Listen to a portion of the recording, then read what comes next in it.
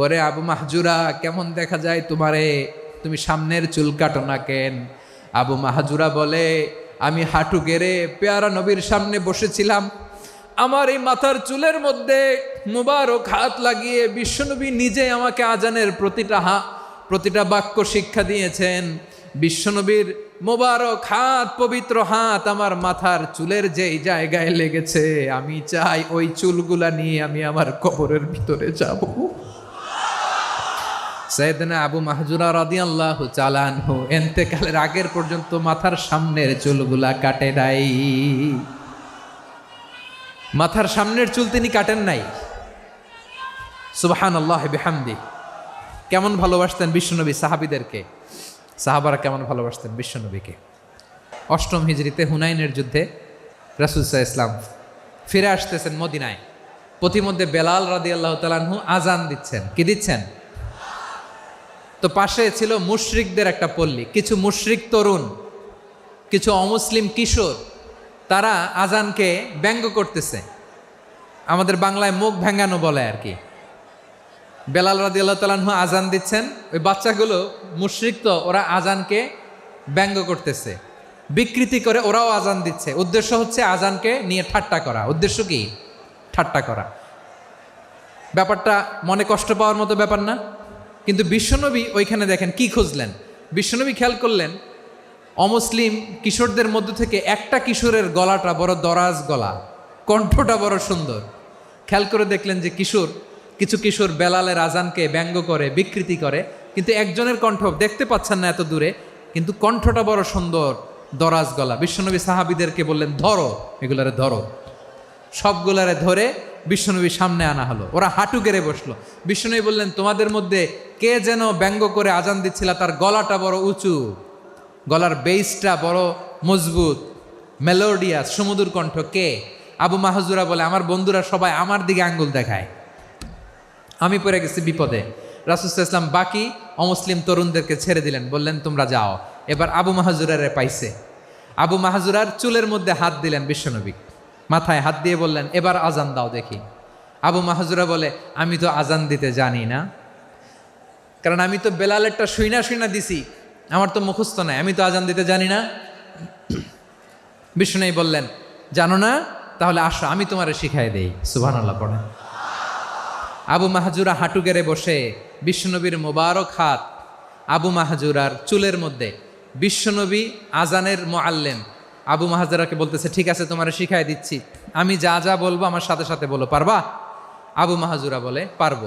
বিশ্বনবী আজান দিচ্ছেন, মাথায় হাত দিয়ে আল্লাহু আকবার, আল্লাহু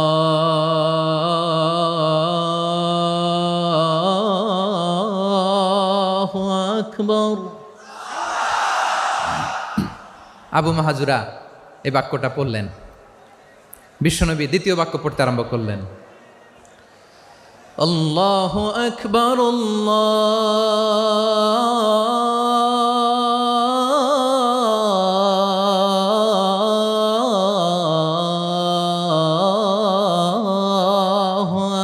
আকবার। আবু মাহজুরা এই বাক্যটা বললেন। বিশ্বনবী আবু মাহজুরার মাথার মধ্যে হাত দিয়ে তৃতীয় বাক্য বললেন, আশহাদু আল্লা ইলাহা ইল্লাল্লাহ,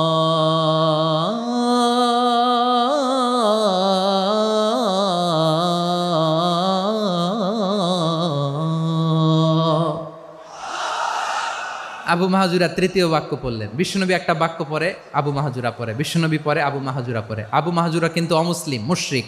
আবু মাহজুরা বলে, এক একটা বাক্য পড়ি আমার কলিজাটা গলে ঠান্ডা হয়ে যায়। এতদিন মোহাম্মদকে গালি দিতাম, এখন মোহাম্মদ আমার মাথায় যখন হাত রাখছে আমার সারা শরীর ঠান্ডা হয়ে গেছে। বিশ্বনবী আজান শিখাচ্ছেন, একটা একটা বাক্য পড়ে আবু মাহজুরাও পড়ে, বিশ্বনবী পড়ে আবু মাহজুরাও পড়ে।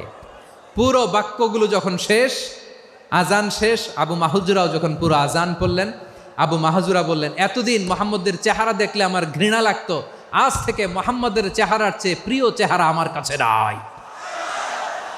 আবু মাহজুরা বললেন, ও মোহাম্মদ, আজানের বাক্য তো আপনি আমারে শেখালেন, এখানেই শেষ করবেন না, আপনি আমারে পড়ায় দেন লা ইলাহা ইল্লাল্লাহু মুহাম্মাদুর রাসূলুল্লাহ সাল্লাল্লাহু আলাইহি ওয়াসাল্লাম। বিশ্বনবীর সাথে দাঁড়িয়ে উনি শাহাদা পড়ে মুসলমান হয়ে গেলেন।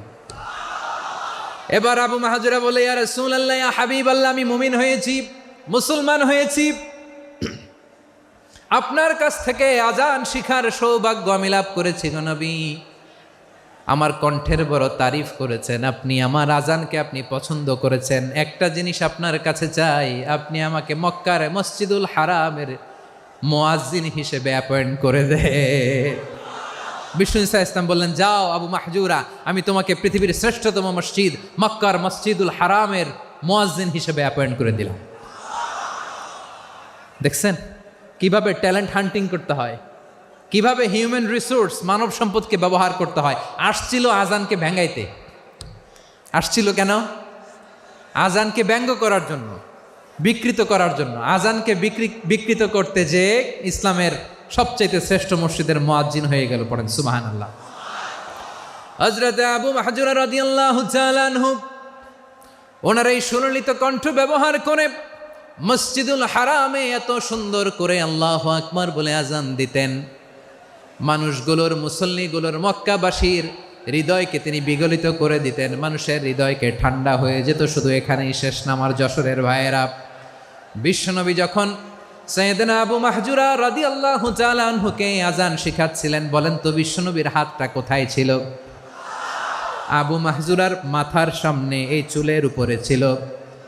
আবু মাহজুরা ওই স্মৃতিটাকে ধারণ করবার জন্য, ওই স্মৃতিকে বহন করার জন্য বিশ্বনবীর মোবারক হাত আবু মাহজুরার কপালের চুলের যেই জায়গায় লেগেছে, মৃত্যুর আগের দিন পর্যন্ত আবু মাহজুরা মাথার ওই চুলে কোনোদিন ছুরি আর কামার লাগায় নাই, সেখানে কেচি লাগায় নাই, চুলের মধ্যে খুর লাগায় নাই। আবু মাহজুরা ডান দিকের চুল কাটতো, বাম দিকের চুল কাটতো, পেছনের চুল কাটতো, সামনের চুল কাটতো না। আবু মাহজুরা রাদিয়াল্লাহু তাআলা আনহুর সামনের চুলগুলো বড় হতে হতে যখন এত বড় হয়ে যায়, তিনি চুলগুলো পেঁচিয়ে মাথার মধ্যে রাখতেন। তারপরে তিনি পাগড়ি পরতেন। সবাই জিজ্ঞেস করতো, আবু মাহজুরা, এটা আবার কেমন স্টাইল? দেখতে তোমার কি বিদঘুটে লাগে? কেমন অড লাগে? কেমন খারাপ দেখা যায়? মক্কায় এমন কোনো মানুষ তো দেখি নাই, ডানে চুল কাটে, বায়ে চুল কাটে, পেছনে চুল কাটে, সামনে কাটে না। ওরে আবু মাহজুরা, কেমন দেখা যায় তোমারে? তুমি সামনের চুল কাটো না কেন? আবু মাহজুরা বলে, আমি হাঁটু গেড়ে পেয়ারা নবীর সামনে বসেছিলাম, আমার এই মাথার চুলের মধ্যে মুবারক হাত লাগিয়ে বিশ্বনবী নিজে আমাকে আজানের প্রতিটা বাক্য শিক্ষা দিয়েছেন। বিশ্বনবীর মোবারক হাত, পবিত্র হাত আমার মাথার চুলের যেই জায়গায় লেগেছে, আমি চাই ওই চুলগুলা নিয়ে আমি আমার কবরের ভিতরে যাব। সাইয়েদনা আবু মাহজুরা রাদিয়াল্লাহু তাআলা আনহু ইন্তেকালের আগের পর্যন্ত মাথার সামনের চুলগুলা কাটে নাই। মাথার সামনের চুল তিনি কাটেন নাই। সুবহানাল্লাহি বিহামদি। কেমন ভালোবাসতেন বিশ্বনবী সাহাবীদেরকে, সাহাবারা কেমন ভালোবাসতেন বিশ্বনবীকে। সামনের চুলগুলো বড় হতে হতে এত বড় ছিল, পেঁচিয়ে রেখে পাগড়ি পরতেন, কাটতেন না। নবীর হাত লেগেছিল। সুবহানাল্লাহ পড়েন। তাহলে what is the lesson? Moral of the story কি? মোরাল অফ দ্য স্টোরি হচ্ছে, আসছিল আজানকে ব্যঙ্গ করার জন্য, বিকৃত করার জন্য, হয়ে গেল মসজিদুল হারামের মুয়াজ্জিন। দেখেন বিশ্বনবী একটা খারাপ সিচুয়েশনের মধ্যে থেকে কি ভালো জিনিস বের করে আনলেন। আমি যে শুরুতে বলেছি কিভাবে তিনি হিউম্যান রিসোর্সকে ডেভেলপ করেছেন, ম্যানেজ করেছেন। তিনি যে চৌকস ট্যালেন্ট হান্টার ছিল, দেখেন সবার মধ্যে থেকে এর বাছাই করে মুয়াজ্জিন বানাই দিয়েছেন। সুবহানাল্লাহ পড়েন। তার মানে এই না সবাইরে ধরে ধরে উনি মুয়াজ্জিন বানাইছেন। যার যেই ট্যালেন্ট আছে তাকে ওই কাজে অ্যাসাইন করেছেন। যার যেই প্রতিভা আছে তার প্রতিভাকে ইসলামের কাজে লাগিয়েছেন। সুবহানাল্লাহ পড়েন। মানুষকে আল্লাহ স্বাধীনতা দিয়েছেন। ফামান শাআ ফালিউমিন ওয়া মান শাআ ফালিয়াকফুর। চাইলে মুমিন হতে পারো, চাইলে কাফের হতে পারো, তোমার ইচ্ছা। তবে জেনে রাখো, মুমিন হলে পাবা জান্নাত, কাফির হলে পাবা জাহান্নাম। নাও দ্য ডিসিশন ইজ ইয়ার্স। সিদ্ধান্ত তোমার, জান্নাতে যাবা না জাহান্নামে যাবা। যশোরের ভাইয়ের আওয়াজ করে বলুন, কই যেতে চান, জান্নাতে না জাহান্নামে? ডান দিকে না বাম দিকে? ডানপন্থী না বামপন্থী? চিল্লা চিল্লি না চুপচাপ? চুপচাপ কয়ে আবার চিল্লাচিল্লি শুরু করে দিচ্ছে।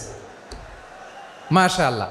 তাহলে কোরআনের কেন্দ্রীয় আলোচ্য বিষয় মানুষ। আমার সাথে থাকতে হবে, তোমাদেরকে নিয়ে আমি আলোচনার শেষ পর্যন্ত যাব। অনেক গুরুত্বপূর্ণ কথা বাকি আছে, আমাকে সহযোগিতা করতে হবে। মাশাআল্লাহ, এই তো ঠান্ডা হয়েছে। হ্যাঁ, ঠিক আছে ঠিক আছে ঠিক আছে। মানুষকে আল্লাহ এত স্বাধীনতা দিয়েছেন, মানুষ চাইলে অনেক ভালো হইতে পারে। ভালোর রাস্তাও খোলা, খারাপ হওয়ার রাস্তাও খোলা। ভালো হইলে মানুষ অনেক ভালো, খারাপ হইলে অনেক খারাপ। ভালো হইলে সবচেয়ে ভালো, খারাপ হইলে সবচেয়ে খারাপ। এজন্য সিদ্ধান্ত আপনাকেই নিতে হবে। আল্লাহ তাআলা বলছেন, লাকাদ খালাকনাল ইনসানা ফি আহসানি তাকওয়িম সুম্মা রাদাদনাহু আসফালা সাফিলিন। আমি মানুষকে অনেক সুন্দর অবয়বে, সুন্দর আকৃতিতে সৃষ্টি করেছি। তার শুধু চেহারার ডিজাইনটাই সুন্দর নয়, তার ব্রেনটা বড্ড সুন্দর, তার মানসিকতা বড্ড সুন্দর, তার সৃজনশীলতা বড্ড সুন্দর। পড়েন সুবহানাল্লাহ। আমাদের চেহারা, অবয়ব, ডিজাইন যে সুন্দর তা না, আমাদের ব্রেনটা অনেক সফিস্টিকেটেড ব্রেন, অনেক সফিস্টিকেটেড। এই 1.5 কেজি ব্রেন ইউজ করে মানুষ গোটা বিশ্বে সভ্যতা বিনির্মাণ করেছে, ঠিক কিনা? এই ব্রেন আল্লাহ তাআলা আমাকে দিয়েছে। এটারে কাজে লাগালে, আপনার 6 সেন্স কাজে লাগালে আপনি অনন্য মানুষ হয়ে উঠবেন, মহামানবে রূপান্তরিত হবেন। মানুষ হতে পারে, চাইলেই মহামানব হতে পারে। আবার যদি মানুষ চায় খারাপও হতে পারে। আল্লাহ বললেন শুধু ভালোই না, ভালো হতে চাইলে অনেক ভালো তুমি হতে পারো, আবার খারাপ হতে চাইলে অনেক খারাপ তুমি হতে পারো। সুম্মা রাদাদনাহু আসফালা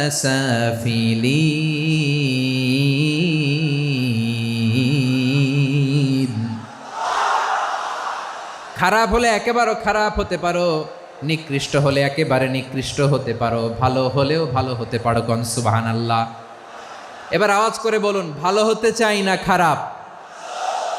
শ্রেষ্ঠ না নিকৃষ্ট? মানুষ ভালো হলে মানুষ ফেরেশতার চেয়েও ভালো, মানুষ খারাপ হলে সে পশুর চেয়েও খারাপ। কথা ঠিক কিনা বলেন? ভালো হলে ফেরেশতার চেয়েও ভালো, খারাপ হলে পশুর চেয়েও নিকৃষ্ট। তার মানে শ্রেষ্ঠত্বে মানুষ, শ্রেষ্ঠত্বে ফেরেশতাকে হার মানায়, আর অধপতনে শ্রেষ্ঠত্বে ফেরেশতাকে ছাড়িয়ে যায়, আর অধপতনে পশুকেও হার মানায়। আই রিপিট, আমি আবারও বলছি, মানুষ শ্রেষ্ঠত্বে ফেরেশতাকে ছাড়িয়ে যায়, আর অধপতনে সে পশুকেও হার মানায়। আওয়াজ করে বলতে হবে ঠিক কি না? এটার প্রমাণ কি? মানুষ শ্রেষ্ঠ হইলে যে ফেরেশতার চেয়েও সেরা, তার প্রমাণ কি? আল্লাহ তাআলা বলছেন, ওয়া ইয কুলনা লিল মালাইকাতি ইসজুদু লি আদম ফাসাজাদু ইল্লা ইবলিস আবা ওয়াস্তাকবারা ওয়া কানা মিনাল কাফিরিন। আল্লাহ বলেন, স্মরণ করো সে সময়ের কথা যখন আমি ফেরেশতাদেরকে বললাম, ও ফেরেশতারা আদমকে সেজদা দাও। সব ফেরেশতারা সম্মান সূচক সেজদা আদমকে দিল। তারা আদমের জন্য সেজদায় লুটিয়ে পড়ল, একজন ছাড়া, তার নাম ইবলিস। আওয়াজ করে বলেন, তার নাম কি? সে অহংকার প্রদর্শন করলো, সে কাফের হয়ে গেল। বাকি সব ফেরেশতারা সেজদা দিল। সুবহানাল্লাহ। আবার আদম আলাইহিস সালামকে আল্লাহ জিজ্ঞেস করলেন, সব বলে দিল উত্তর, কিন্তু ফেরেশতাদেরকে একই প্রশ্ন জিজ্ঞেস করলেন, তারা উত্তর করতে পারে নাই। তার মানে এর মধ্য দিয়ে প্রমাণিত হয়, মানুষ ভালো হলে ফেরেশতার চেয়েও ভালো, ফেরেশতার চেয়েও মানুষের মর্যাদা বাড়িয়ে দিয়েছে কে? সব নূরের ফেরেশতা যখন মাটির আদমকে সেজদা দেয়, এটা প্রমাণ করে ফেরেশতার চেয়েও মানুষের মর্যাদা বাড়িয়ে দিয়েছে কে? তুমি মাটির আদমকে প্রথম সৃষ্টি করিয়া ঘোষণা করিয়া দিলে শ্রেষ্ঠ বলিয়া, তাই তো নূরের ফেরেশতা করে আদমকে সেজদা। ঠিক কিনা বলেন? তাই তো নূরের ফেরেশতা করে আদমকে সেজদা। সবার চেয়ে সম্মান দিলে মাটির আদমকে। আল্লাহু আল্লাহু তুমি জাল্লে জালালুহু, শেষ করা তো যায় না গে তোমার গুণগান। পড়েন না? পড়েন, আল্লাহু আল্লাহু তুমি জাল্লে জালালুহু, শেষ করা তো যায় না গে তোমার গুণগান। আল্লাহু আল্লাহু আল্লাহু আকবার। আদমের মর্যাদা বেশি, মানুষের মর্যাদা বেশি, মানুষ শ্রেষ্ঠ তার প্রমাণ নূরের ফেরেশতা মাটির আদমকে সেজদা করে আওয়াজ করে বলেন ঠিক কি না? তাহলে মানুষ ভালো হলে ফেরেশতার চেয়ে ভালো। আবার মানুষ যদি খারাপ হয় সে পশুর চেয়েও খারাপ, অধপতনে পশুত্বকে হার মানায়। তার প্রমাণ কি? তার প্রমাণ হচ্ছে যশোরের ভাইরা দেখবেন পত্রিকায় নিউজ পেপারে মাঝে মাঝে এরকম দেখা যায়, এক মানুষ আরেক মানুষকে হত্যা করে 20 টুকরা করে বস্তার ভেতরে ভরেছে। আপনারা এই নিউজ পড়েন নাই না? দেখেন নাই? দেখছেন? মানুষ মানুষকে হত্যা করে কয় টুকরা? জোরে বলেন। এখানেই ক্ষান্ত হয় না, আবার কোথায় ভরছে? বস্তার ভেতরে। আচ্ছা, বুঝে থাকলে আওয়াজ করে বলেন, কোনোদিন শুনছেন একটা হাতি আর একটা হাতিকে হত্যা করে 20 টুকরা করছে, এরপরে বস্তার ভিতরে ভরছে? হয়েছে? তাহলে দেখেন, মানুষ যদি খারাপ হয় সে পশুকেও হার মানায়। চিল্লায় বলো ঠিক কিনা? এমনও দুশ্চরিত্র মানুষ আছে যার নজর থেকে 6 মাসের ছোট্ট মেয়ে থেকে শুরু করে 80 বছরের বৃদ্ধারাও নিরাপদ নয়। পশুকেও হার মানে। মানুষের ঘর জ্বালিয়ে পুড়ে মেসাকার করে দেয়, জনপদের পর জনপদ জ্বালায় দেয়। এরকম আছে না নাই? প্রিয় ভাইয়েরা, চোখ কান নাক মুখ থাকলেই মানুষ না। যা সামনে দেখেন এগুলো সব মানুষ না, এগুলো জনসংখ্যা। এগুলো কি? সবাই বলুন, এগুলো কি? বাড়ছে জনসংখ্যা, কমছে মানুষ। বাড়ছে জনসংখ্যা, কমছে। এই দুনিয়া এখন তো আর সেই দুনিয়া নাই, মানুষ নামের মানুষ আছে দুনিয়া বোঝাই, সেই মানুষের ভিড়ে আমার আসল মানুষ নাই। ঠিক কিনা? আসল মানুষের বড্ড অভাব, আসল মানুষের বড্ড অভাব। আমার ভাইয়েরা, মানুষ খারাপ হলে পশুকেও হার মানায়। তাহলে আমরা বুঝলাম মানুষ ভালো হলে অনেক ভালো, খারাপ হলে অনেক খারাপ। ও আমার কলিজার টুকরা যশোরের ভাইয়েরা, আসুন না 3 দিন ব্যাপী এই তাফসিরুল কোরআনের ঐতিহাসিক প্রোগ্রাম থেকে আমরা সিদ্ধান্ত নেই, আমরা ভালো মানুষ হব নাকি খারাপ মানুষ হব? কলিজা থেকে, প্রাণ থেকে আওয়াজ করে সবাই বলুন, ভালো মানুষ নাকি খারাপ মানুষ? ভালো মানুষ হইতে হবে। ভালো মানুষ যারা জগৎটাকে এনলাইটেন করবে, যারা সত্যের বীর সেনানী হয়ে দাঁড়াবে, যারা সত্যের পক্ষে কথা বলবে, যারা জালিমের মসনদকে ভেঙে খান খান করে দেবে। এরকম হওয়ার দরকার আছে না নাই? এরকম ভালো মানুষ আমরা হতে চাই কি চাই না? মানুষকে যত্ন নিলে মানুষ যে কত ভালো হয় আপনি কল্পনাও করতে পারবেন না। এই যে আপনাদের যশোরে যে ভালো ছেলেগুলো আছে, যে ভালো তরুণগুলো আছে, যে যুবকগুলো আছে, যে ভালো আলেমরা আছে, ভালো নেতারা আছে, সবাই যদি তাদের মতো হতো, পুরো যশোরটা একটা জান্নাতের টুকরা হয়ে যেত। আওয়াজ করে বলেন ঠিক কিনা? মানুষকে নার্চারিং করলে, মানুষকে পলিশ করলে, মানুষকে গ্রুমিং করলে, মানুষকে সঠিক তারবিয়া দিলে মানুষ অনন্য হয়ে ওঠে। প্রতিটি মানুষ অনন্য। আমি অনন্য, আপনি অনন্য, আমরা সবাই অনন্য। সুবহানাল্লাহ বলেন। মানুষকে আল্লাহ তাআলা দিয়েছেন অসীম ক্ষমতা, অসীম ক্ষমতা। সুবহানাল্লাহ। একটা মানুষ পারে না এমন কিছু নাই, একটা মানুষ পারে না এমন কিছু নাই। বিশ্বাস করতে হবে, মানুষ যা কল্পনা করতে পারে ওইটা মানুষ করে দেখাতে পারে। মানুষ যা কল্পনা করতে পারে সেটা মানুষ করে দেখাতে পারে। তুমি তোমার কল্পনার রাজ্যকে সাজাও, তোমাকে হারাতে পারে এমন কোন শক্তি আল্লাহর জমিনে নাই। তোমার কি শক্তি, কি সম্ভাবনা তুমি জানোই না মিয়া। তুমি এদিকে তাকাও কেন? তোমার রাস্তা তো ওই দূরে। তুমি কোথায় যাবে, আল্লাহ তোমার টেনে কোথায় নিয়ে যাবে তুমি কিছুই জানো না। Plan big, dream big. কল্পনার শক্তিকে বড় করো। মানুষ যা কল্পনা করতে পারে মানুষ তা করে দেখাতে পারে। মানুষের কাছে অসাধ্য কিছু নাই, মৃত্যু ছাড়া, অ্যাকসেপ্ট ডেথ, মৃত্যু ছাড়া মানুষ সব কিছুকে জয় করতে পারে। মৃত্যু ছাড়া যে কোনো অসাধ্যকে সাধন করার ক্ষমতা মানুষকে দিয়ে দিয়েছে কে? হারার জন্য তোমার জন্মই হয় নাই, তোমার জন্ম হয়েছে জিতার জন্য, বিজয়ের জন্য তোমার জন্ম। মানুষের শুরুটাই হয় বিজয় দিয়ে। যশোর, আওয়াজ করে বলো, মানুষের শুরু হয় কি দিয়ে? আমরা যখন আমার পিতার পৃষ্ঠদেশে ছিলাম, পিতার পৃষ্ঠদেশ থেকে শুক্রাণু যখন মায়ের গর্ভদেশে যেয়ে পড়ে, কতটা শুক্রাণু ভ্রমণ শুরু করে জানো? 20 কোটি শুক্রাণু। একবার সিমেন আউট হলে সেখানে 20 কোটি শুক্রাণু থাকে, ভ্রমণ শুরু করে। ওই 20 কোটি শুক্রাণুর মধ্যে থেকে তুমি আমি আজকে এক বিকশিত শুক্রাণু মানব রূপে পৃথিবীতে এসেছি। সুবহানাল্লাহ। ওই 20 কোটি শুক্রাণুর প্রতিযোগিতায় সবাইরে পেছনে ফেলে সেদিন আমি সফল হয়েছিলাম, সেদিন আমি বিজয়ী হয়েছিলাম। সেদিন আমি এত ছোট ছিলাম, মাইক্রোস্কোপ দিয়েও আমার অস্তিত্ব টের পাওয়া যায় না।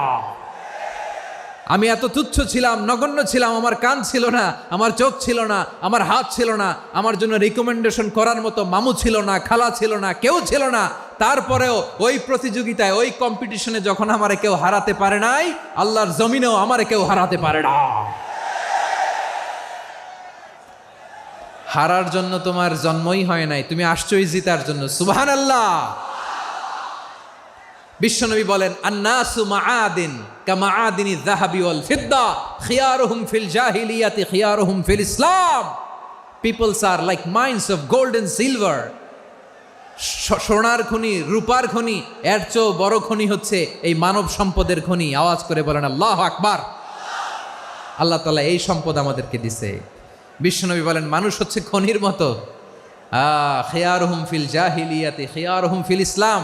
জাহিলি যুগে যারা সেরা, ইসলামেও তারা সেরা। ইদা ফাকুহু, যদি তারা বুঝবান হয় তাহলে তাদেরকে সেরা বানায় দিবে কে? তাহলে মানুষের চেয়ে সেরা কেউ হতে পারে? মানুষের চেয়ে অনন্য কেউ হতে পারে? মানুষকে কেউ হারাতে পারে? আওয়াজ করে বলো, তোমাকে কেউ হারাতে পারবে? এই সাহস জাগছে আজকের আলোচনা থেকে। আমি তুমি অনন্য, আমাকে তোমাকে হারায় দেওয়া এত সহজ না, ঠিক কিনা? একটা কথা জীবনের সাথে সেট করে নিতে হবে, আমি জিতি নয় শিখি, আমি কখনো হারি না।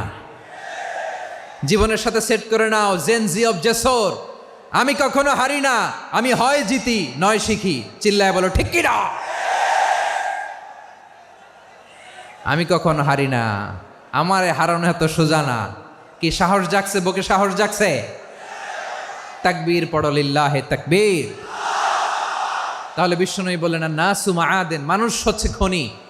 এই ধাক্কা ধাক্কি আমি জানি এগুলো ভালোবাসার ধাক্কা ধাক্কি, এজন্য আমি সহ্য করে নেই। এগুলো যে ভালোবাসার ধাক্কা ধাক্কি এটা আমরা বুঝি। পৃথিবীর কোনো আইন, সিকিউরিটি প্রটোকল দিয়ে এটারে মানানো যাবে না, কারণ এটা তো ভালোবাসা, লাভ। লাভ কোনো আইন কানুন দিয়ে বাধা যায় না, মানানো যায় না, ঠিক কিনা বলো?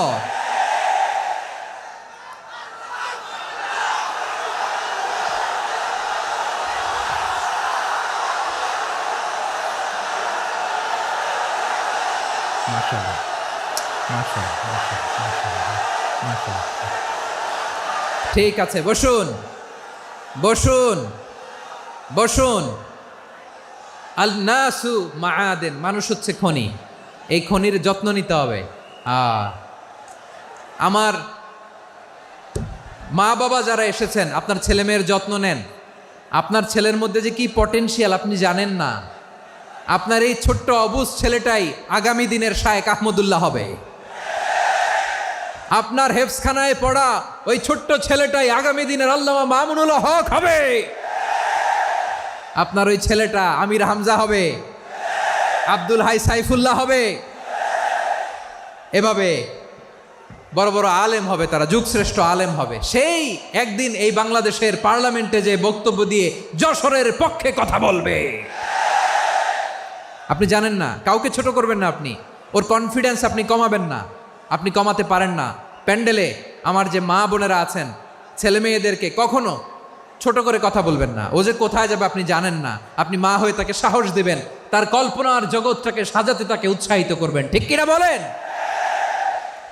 আর আমার প্যান্ডেলের আমার প্রিয় শ্রদ্ধাশীলা মায়েরা বোনেরা, আপনারা তো আরো দামি সম্পদ। বিশ্বনবী বলেন, আর দুনিয়া কুল্লু হামাচা। আল্লাহ আল্লাহ আল্লাহ, বিশ্বনবীর কথার ওজন দেখেন। আর দুনিয়া কুল্লু হামাচা ওয়া খায়রু মাতা'আদ দুনিয়া আল মারআতু সালিহা। বিশ্বনবী বলেন, দুনিয়ায় যা দেখো সব আল্লাহর দেওয়া অ্যাসেট, মানে সম্পদ। আর এত অ্যাসেটের ভিড়ে সবচাইতে শ্রেষ্ঠ সম্পদ হচ্ছে নেককার নারী। সুবহানাল্লাহ। ভাইয়েরা, বোনের সাথে খারাপ আচরণ করো না। সন্তান, মায়ের সাথে খারাপ আচরণ করো না। আমাদের মায়েরা আমাদের asset, they are our priceless asset. কারণ এই মায়েদের পেটে এসেছে আল্লাহর ওলিরা, এই মায়েদের পেটে এসেছে খান জাহান আলী, এই মায়ের পেটে এসেছে শাহজালাল ইয়ামানি, এই মায়ের পেটে এসেছে আল্লাহর সব নবীরা। নাকি নবীরা আকাশ থেকে ধপ করে জমিনে নেমে আসছে? মায়ের পেটে আসছে। এই মায়ের পেটগুলো খনি। আমার সম্মানিতা মায়েরা বোনেরা, নিজেকে ইসলাম দিয়ে সাজান, নিজেকে ইসলাম দিয়ে সাজান, নিজেকে পবিত্র রাখুন, নিজের আব্রু ইমান ইজ্জতের হেফাজত করুন, কোরআন পড়ুন, সুন্নাহ পড়ুন। আপনি জানেন না আপনার গর্ভে কে আসছে, কোন ক্ষণজন্মা পুরুষকে আল্লাহ তাআলা আপনার গর্ভে পাঠাবে আপনি জানেন না। মায়েরা, নিজেদেরকে পবিত্র রাখুন, ইসলাম চর্চা করুন, কোরআন চর্চা করুন, নৈতিকতা দিয়ে নিজেকে সাজান। যশোরের জেনজি, নিজেদেরকে প্রস্তুত রাখো আগামীর বাংলাদেশের জন্য। নৈতিকতা, মোরালিটি, ভ্যালিউজ দিয়ে নিজেকে সাজাও, ইসলাম দিয়ে নিজেকে সাজাও। কারণ আগামীর বাংলাদেশ ইসলামের বাংলাদেশ। বাংলাদেশের আসল পরিচয় ইসলাম। বাংলাদেশের আসল পরিচয় কি? সবাই বলে না। বাংলাদেশের আসল পরিচয় কি? এই ইসলাম নিয়ে আমরা সংসদ ভবন সাজাবো, রাজি আছি না নাই? শেকড় ভুলে যাওয়া যাবে না। আমরা ধাপে ধাপে শারিয়া আইনের দিকে যাব ইনশাআল্লাহ, কিন্তু জঙ্গিবাদ দিয়ে নয়, কট্টরপন্থা দিয়ে নয়। আমরা ইন্টেলেকচুয়ালি, গ্রাজুয়ালি, ধাপে ধাপে শারিয়া আইনের দিকে মুভ করবো ইনশাআল্লাহ। বলো লিল্লাহি তাকবীর। এদেশের আসল পরিচয় সবাই বলে না, আওয়াজ করে, এদেশের আসল পরিচয়। এদেশে আজান শুনে সূর্য ওঠে শহর গ্রামে, এদেশে আজান শুনে সূর্য ডুবে সন্ধ্যা নামে, এদেশে সকল কাজে সবাই বলে বিসমিল্লাহ, এদেশে ভালো কিছু দেখে শুনে হাসি মুখে সবাই বলে মাশা আল্লাহ। সুবহানাল্লাহ সুবহানাল্লাহ সুবহানাল্লাহ সুবহানাল্লাহ সুবহানাল্লাহ সুবহানাল্লাহ সুবহানাল্লাহ সুবহানাল্লাহ। ও নবীন তরুণ, তোমার কিসের এত ভয়? জেনে রেখো বাংলাদেশের আসল পরিচয়। বাংলাদেশের আসল পরিচয় ইসলাম। আওয়াজ তুলে বলো, আসল পরিচয় কি? এদেশে পরস্পরে দেখা হলে দেয় সালাম, এদেশে আমজনতার হৃদয় জুড়ে পাক্কালাম। ঠিক কি না? এদেশে বিপদ এলে সর্বজনে সর্বক্ষণে দোয়া পড়ে ইন্না লিল্লাহ সুবহানাল্লাহ সুবহানাল্লাহ সুবহানাল্লাহ সুবহানাল্লাহ। এদেশে আজান শুনে সূর্য ওঠে শহর গ্রামে, এদেশে আজান শুনে সূর্য ডুবে সন্ধ্যা নামে, এদেশে সকল কাজে সবাই বলে বিসমিল্লাহ, এদেশে ভালো কিছু দেখে শুনে হাসি মুখে সবাই বলে মাশা আল্লাহ। সুবহানাল্লাহ, আওয়াজ করে সুবহানাল্লাহ সুবহানাল্লাহ সুবহানাল্লাহ সুবহানাল্লাহ। সবাই একসাথে সুবহানাল্লাহ সুবহানাল্লাহ সুবহানাল্লাহ সুবহানাল্লাহ। এদেশের আসল পরিচয় কি? আওয়াজ করে বলতে ভয় লাগে। এদেশের আসল পরিচয় কি? ইসলাম দিয়ে আমাদের সংসদ ভবন চলুক, আমরা চাই কি চাই না? বঙ্গভবনে লা ইলাহা ইল্লাল্লাহর পতাকা উড়ুক, আমরা চাই কি চাই না? প্রতিটি জেলা অফিসে, ডিসি অফিসে লা ইলাহার পতাকা ঝুলুক, আমরা চাই কি চাই না? কারা কারা চাই হাত তুলে আল্লাহরে দেখায়।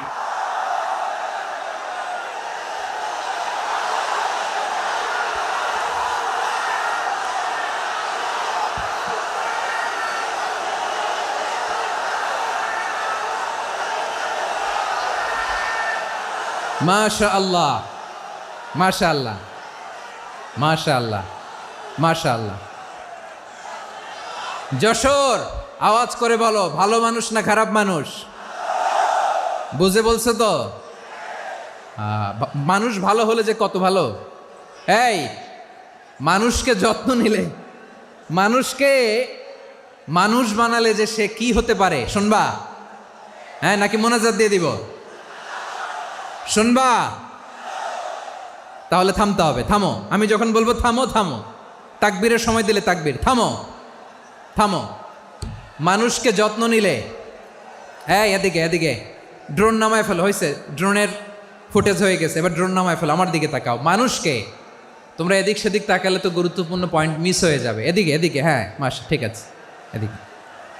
মানুষকে যত্ন নিলে মানুষের মধ্যে যারা কি পটেনশিয়াল রেখেছে। আমি জাপানের দুইটা উদাহরণ দেই। জাপানের, আল্লাহ, 2022 সালে জাপানের সাথে জার্মানির খেলা, ফিফা ওয়ার্ল্ড কাপ 2022।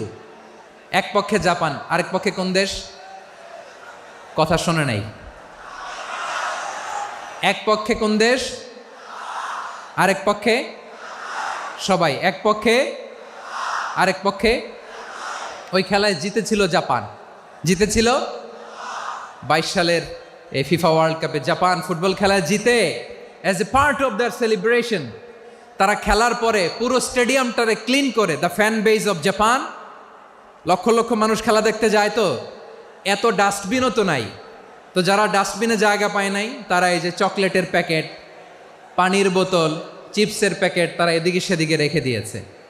জাপানের ভক্তরা, জাপানের ফলোয়াররা, as a part of their celebration তারা খেলার পরে পুরো স্টেডিয়ামের সব ময়লা আবর্জনা ক্লিন করে তারপরে বিদায় নিয়েছে।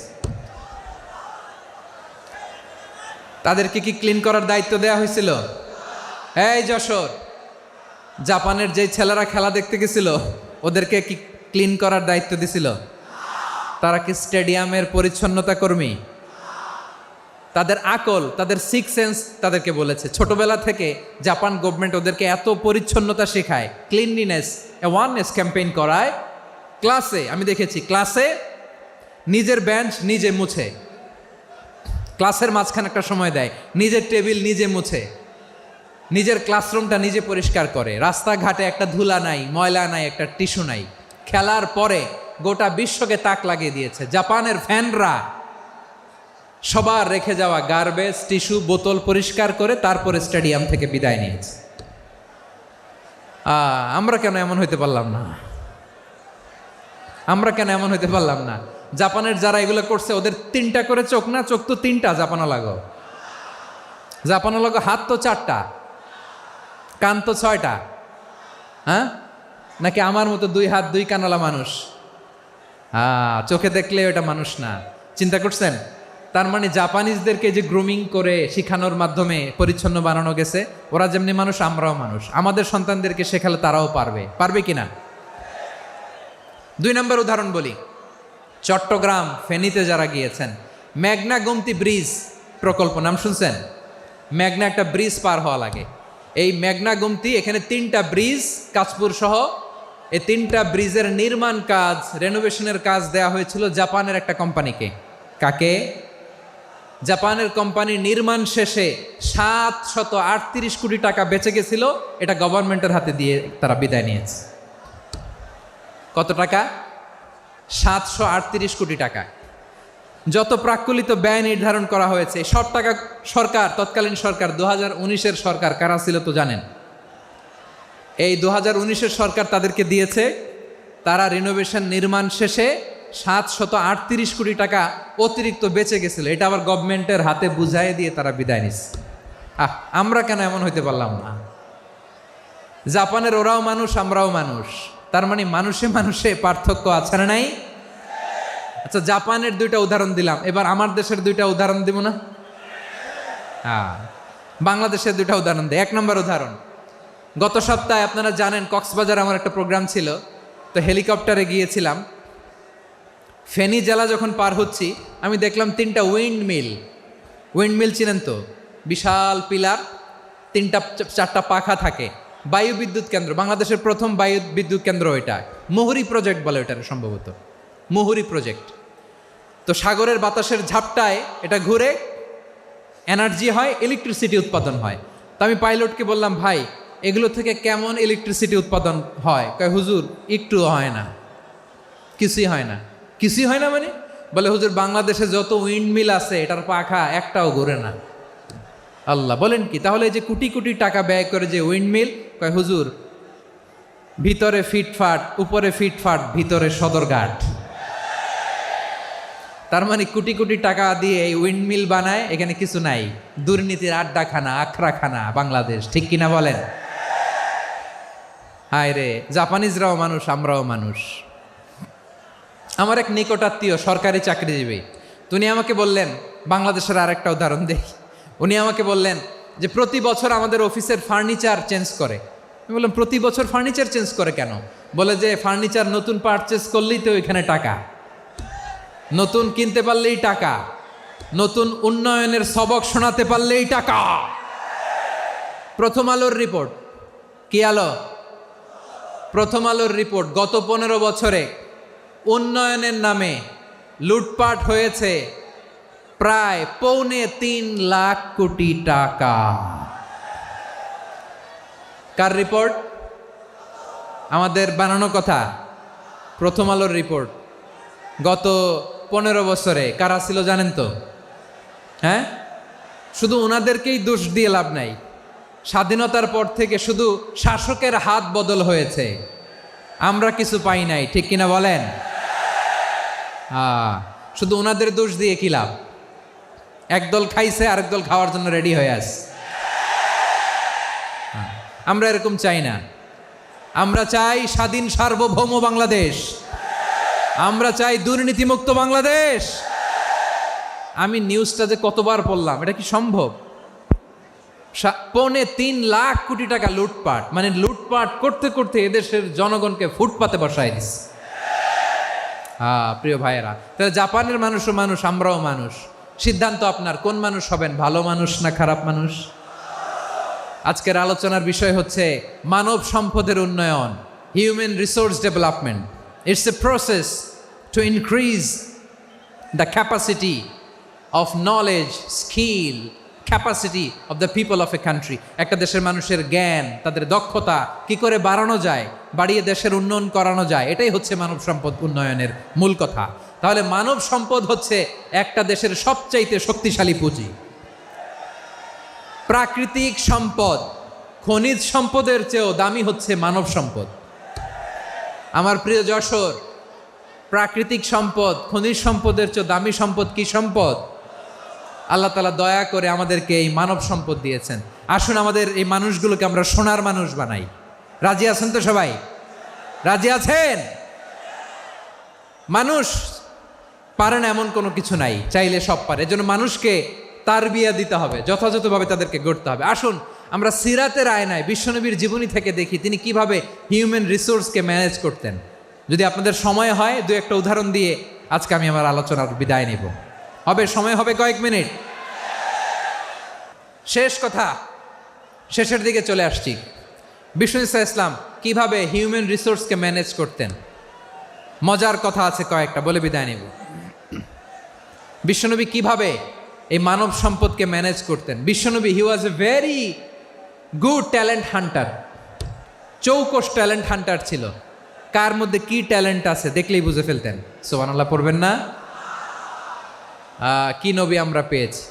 হি was a very good talent hunter. আমার নবী তিনি চৌকস ট্যালেন্ট হান্টার ছিলেন। কার মধ্যে কি প্রতিভা বের করতেন, ওই প্রতিভাকে ইসলামের কল্যাণে কাজে লাগাতেন। সুবহানাল্লাহ বলেন। যাকে যেই জায়গায় সেট করলে ভালো হবে তাকে ওই জায়গায় সেট করতেন। কয়েকজন সাহাবীর জীবনী শোনাই। আবু মাহজুরা রাদিয়াল্লাহু তাআলা আনহু, মক্কার মুয়াজ্জিন, আগে ছিল মুশরিক, পরে হয়েছে মুমিন। উনি কিভাবে মুমিন হইলেন এই ঘটনাটা একটু আপনাদের শোনাতে চাই। রাদিয়াল্লাহু তাআলা আনহু কিভাবে মুসলিম হলেন, আওয়াজ করে শুনেন। 8ম হিজরি। কত হিজরি? সবাই বলেন না একটু, কত হিজরি? 8ম হিজরিতে হুনাইনের যুদ্ধে রাসূল সাল্লাল্লাহু আলাইহি ওয়াসাল্লাম ফিরে আসতেছেন মদিনায়। পথিমধ্যে বেলাল রাদিয়াল্লাহু তাআলা আনহু আজান দিচ্ছেন। কি দিচ্ছেন? তো পাশে ছিল মুশরিকদের একটা পল্লী, কিছু মুশরিক তরুণ, কিছু অমুসলিম কিশোর, তারা আজানকে ব্যঙ্গ করতেছে। আমাদের বাংলায় মুখ ভেঙ্গানো বলে আর কি। বেলাল রাদিয়াল্লাহু তাআলা আনহু আজান দিচ্ছেন, ওই বাচ্চাগুলো মুশরিক, তো ওরা আজানকে ব্যঙ্গ করতেছে, বিকৃতি করে ওরাও আজান দিচ্ছে। উদ্দেশ্য হচ্ছে আজানকে নিয়ে ঠাট্টা করা। উদ্দেশ্য কি? ঠাট্টা করা। ব্যাপারটা মনে কষ্ট পাওয়ার মতো ব্যাপার না? কিন্তু বিশ্বনবী ওইখানে দেখেন কি খুঁজলেন। বিশ্বনবী খেয়াল করলেন অমুসলিম কিশোরদের মধ্য থেকে একটা কিশোরের গলাটা বড় দরাজ গলা, কণ্ঠটা বড় সুন্দর। খেয়াল করে দেখলেন যে কিছু কিশোর বেলালের আজানকে ব্যঙ্গ করে, বিকৃতি করে, কিন্তু একজনের কণ্ঠ দেখতে পাচ্ছেন না এত দূরে, কিন্তু কণ্ঠটা বড় সুন্দর, দরাজ গলা। বিশ্বনবী সাহাবীদেরকে বললেন, ধরো এগুলারে, ধরো। সবগুলারে ধরে বিশ্বনবীর সামনে আনা হলো। ওরা হাঁটু গেড়ে বসলো। বিশ্বনবী বললেন, তোমাদের মধ্যে কে যেন ব্যঙ্গ করে আজান দিচ্ছিল, তার গলাটা বড় উঁচু, গলার বেসটা বড় মজবুত, মেলোডিয়াস, সুমধুর কণ্ঠ। কে? আবু মাহজুরা বলে, আমার বন্ধুরা সবাই আমার দিকে আঙ্গুল দেখায়, আমি পড়ে গেছি বিপদে। রাসূল সাল্লাল্লাহু আলাইহি ওয়াসাল্লাম বাকি অমুসলিম তরুণদেরকে ছেড়ে দিলেন, বললেন তোমরা যাও। এবার আবু মাহজুরারে পাইছে। আবু মাহজুরার চুলের মধ্যে হাত দিলেন বিশ্বনবী, মাথায় হাত দিয়ে বললেন, এবার আজান দাও দেখি। আবু মাহজুরা বলে, আমি তো আজান দিতে জানি না, কারণ আমি তো বেলালেরটা শুইনা দিছি, আমার তো মুখস্থ নাই, আমি তো আজান দিতে জানি না। বিশ্বনবী বললেন, জানো না? তাহলে আসো, আমি তোমারে শিখাই দেই। সুবহানাল্লাহ পড়েন। আবু মাহজুরা হাঁটু গেড়ে বসে, বিশ্বনবীর মোবারক হাত আবু মাহজুরার চুলের মধ্যে। বিশ্বনবী আজানের মুআল্লিম আবু মাহজুরাকে বলতেছে, ঠিক আছে তোমারে শিখাই দিচ্ছি, আমি যা যা বলবো আমার সাথে সাথে বলো, পারবা? আবু মাহজুরা বলে, পারবো। বিশ্বনবী আজান দিচ্ছেন মাথায় হাত দিয়ে, আল্লাহু আকবার, আল্লাহু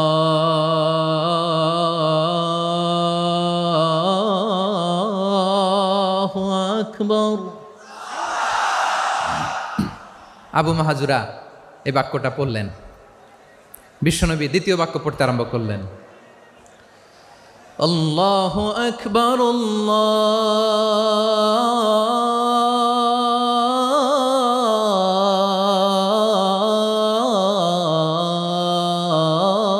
আল্লাহু আকবার। আবু মাহজুরা এই বাক্যটা বললেন। বিশ্বনবী আবু মাহজুরার মাথার মধ্যে হাত দিয়ে তৃতীয় বাক্য পড়লেন, আশহাদু আল্লা ইলাহা ইল্লাল্লাহ।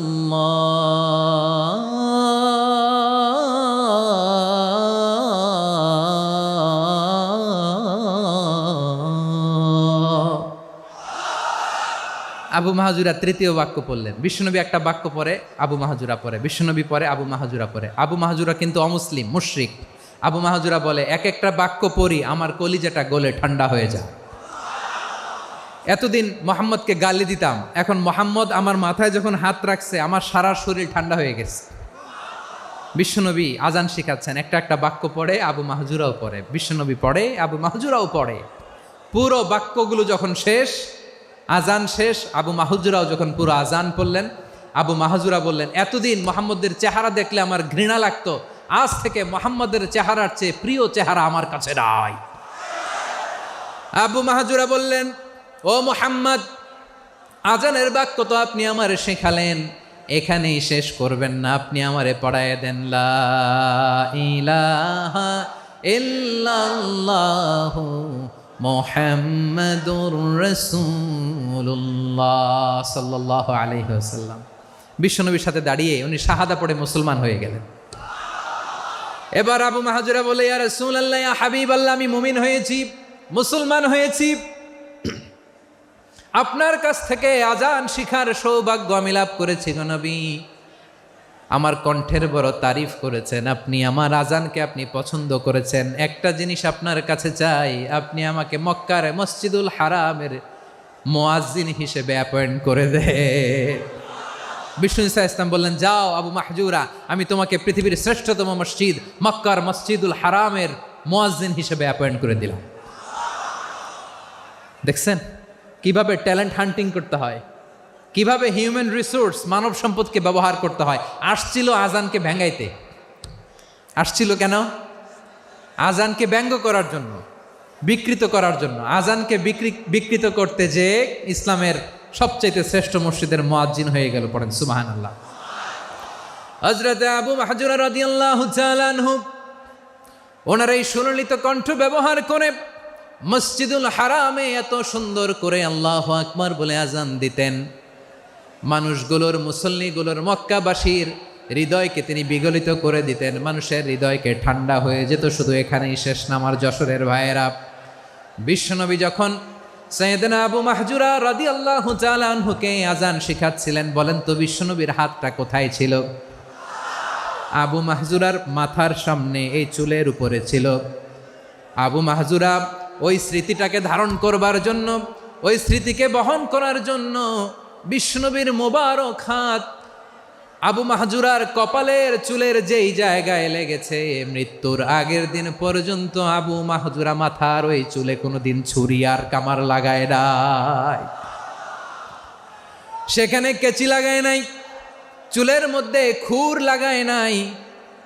আবু মাহজুরা ডান দিকের চুল কাটতো, বাম দিকের চুল কাটতো, পেছনের চুল কাটতো, সামনের চুল কাটতো না। আবু মাহজুরা রাদিয়াল্লাহু তাআলা আনহুর সামনের চুলগুলো বড় হতে হতে যখন এত বড় হয়ে যায়, তিনি চুলগুলো পেঁচিয়ে মাথার মধ্যে রাখতেন। তারপরে তিনি পাগড়ি পরতেন। সবাই জিজ্ঞেস করতো, আবু মাহজুরা এটা আবার কেমন স্টাইল? দেখতে তোমারে কি বিদঘুটে লাগে? কেমন অড লাগে? কেমন খারাপ দেখা যায়? মক্কায় এমন কোনো মানুষ তো দেখি নাই, ডানে চুল কাটে, বায়ে চুল কাটে, পেছনে চুল কাটে, সামনে কাটে না। ওরে আবু মাহজুরা, কেমন দেখা যায় তোমারে? তুমি সামনের চুল কাটো না কেন? আবু মাহজুরা বলে, আমি হাঁটু গেড়ে পেয়ারা নবীর সামনে বসেছিলাম, আমার এই মাথার চুলের মধ্যে মুবারক হাত লাগিয়ে বিশ্বনবী নিজে আমাকে আজানের প্রতিটা বাক্য শিক্ষা দিয়েছেন। বিশ্বনবীর মোবারক হাত, পবিত্র হাত আমার মাথার চুলের যেই জায়গায় লেগেছে, আমি চাই ওই চুলগুলা নিয়ে আমি আমার কবরের ভিতরে যাব। সাইয়েদনা আবু মাহজুরা রাদিয়াল্লাহু তাআলা আনহু ইন্তেকালের আগের পর্যন্ত মাথার সামনের চুলগুলা কাটে নাই। মাথার সামনের চুল তিনি কাটেন নাই। সুবহানাল্লাহ বিহামদি। কেমন ভালোবাসতেন বিশ্বনবী সাহাবীদেরকে, সাহাবারা কেমন ভালোবাসতেন বিশ্বনবীকে।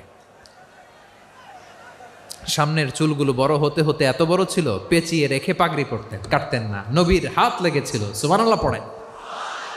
তাহলে what is the lesson? Moral of the story কি? মোরাল অফ দ্য স্টোরি হচ্ছে, আসছিল আজানকে ব্যঙ্গ করার জন্য, বিকৃত করার জন্য, হয়ে গেল মসজিদুল হারামের মুয়াজ্জিন। দেখেন বিশ্বনবী একটা খারাপ সিচুয়েশনের মধ্যে থেকে কি ভালো জিনিস বের করে আনলেন। আমি যে শুরুতে বলেছি কিভাবে তিনি হিউম্যান রিসোর্সকে ডেভেলপ করেছেন, ম্যানেজ করেছেন। তিনি যে চৌকস ট্যালেন্ট হান্টার ছিল, দেখেন সবার মধ্যে থেকে এর বাছাই করে মুয়াজ্জিন বানাই দিয়েছেন। সুবহানাল্লাহ পড়েন। তার মানে এই না সবাইরে ধরে ধরে উনি মুয়াজ্জিন বানাইছেন।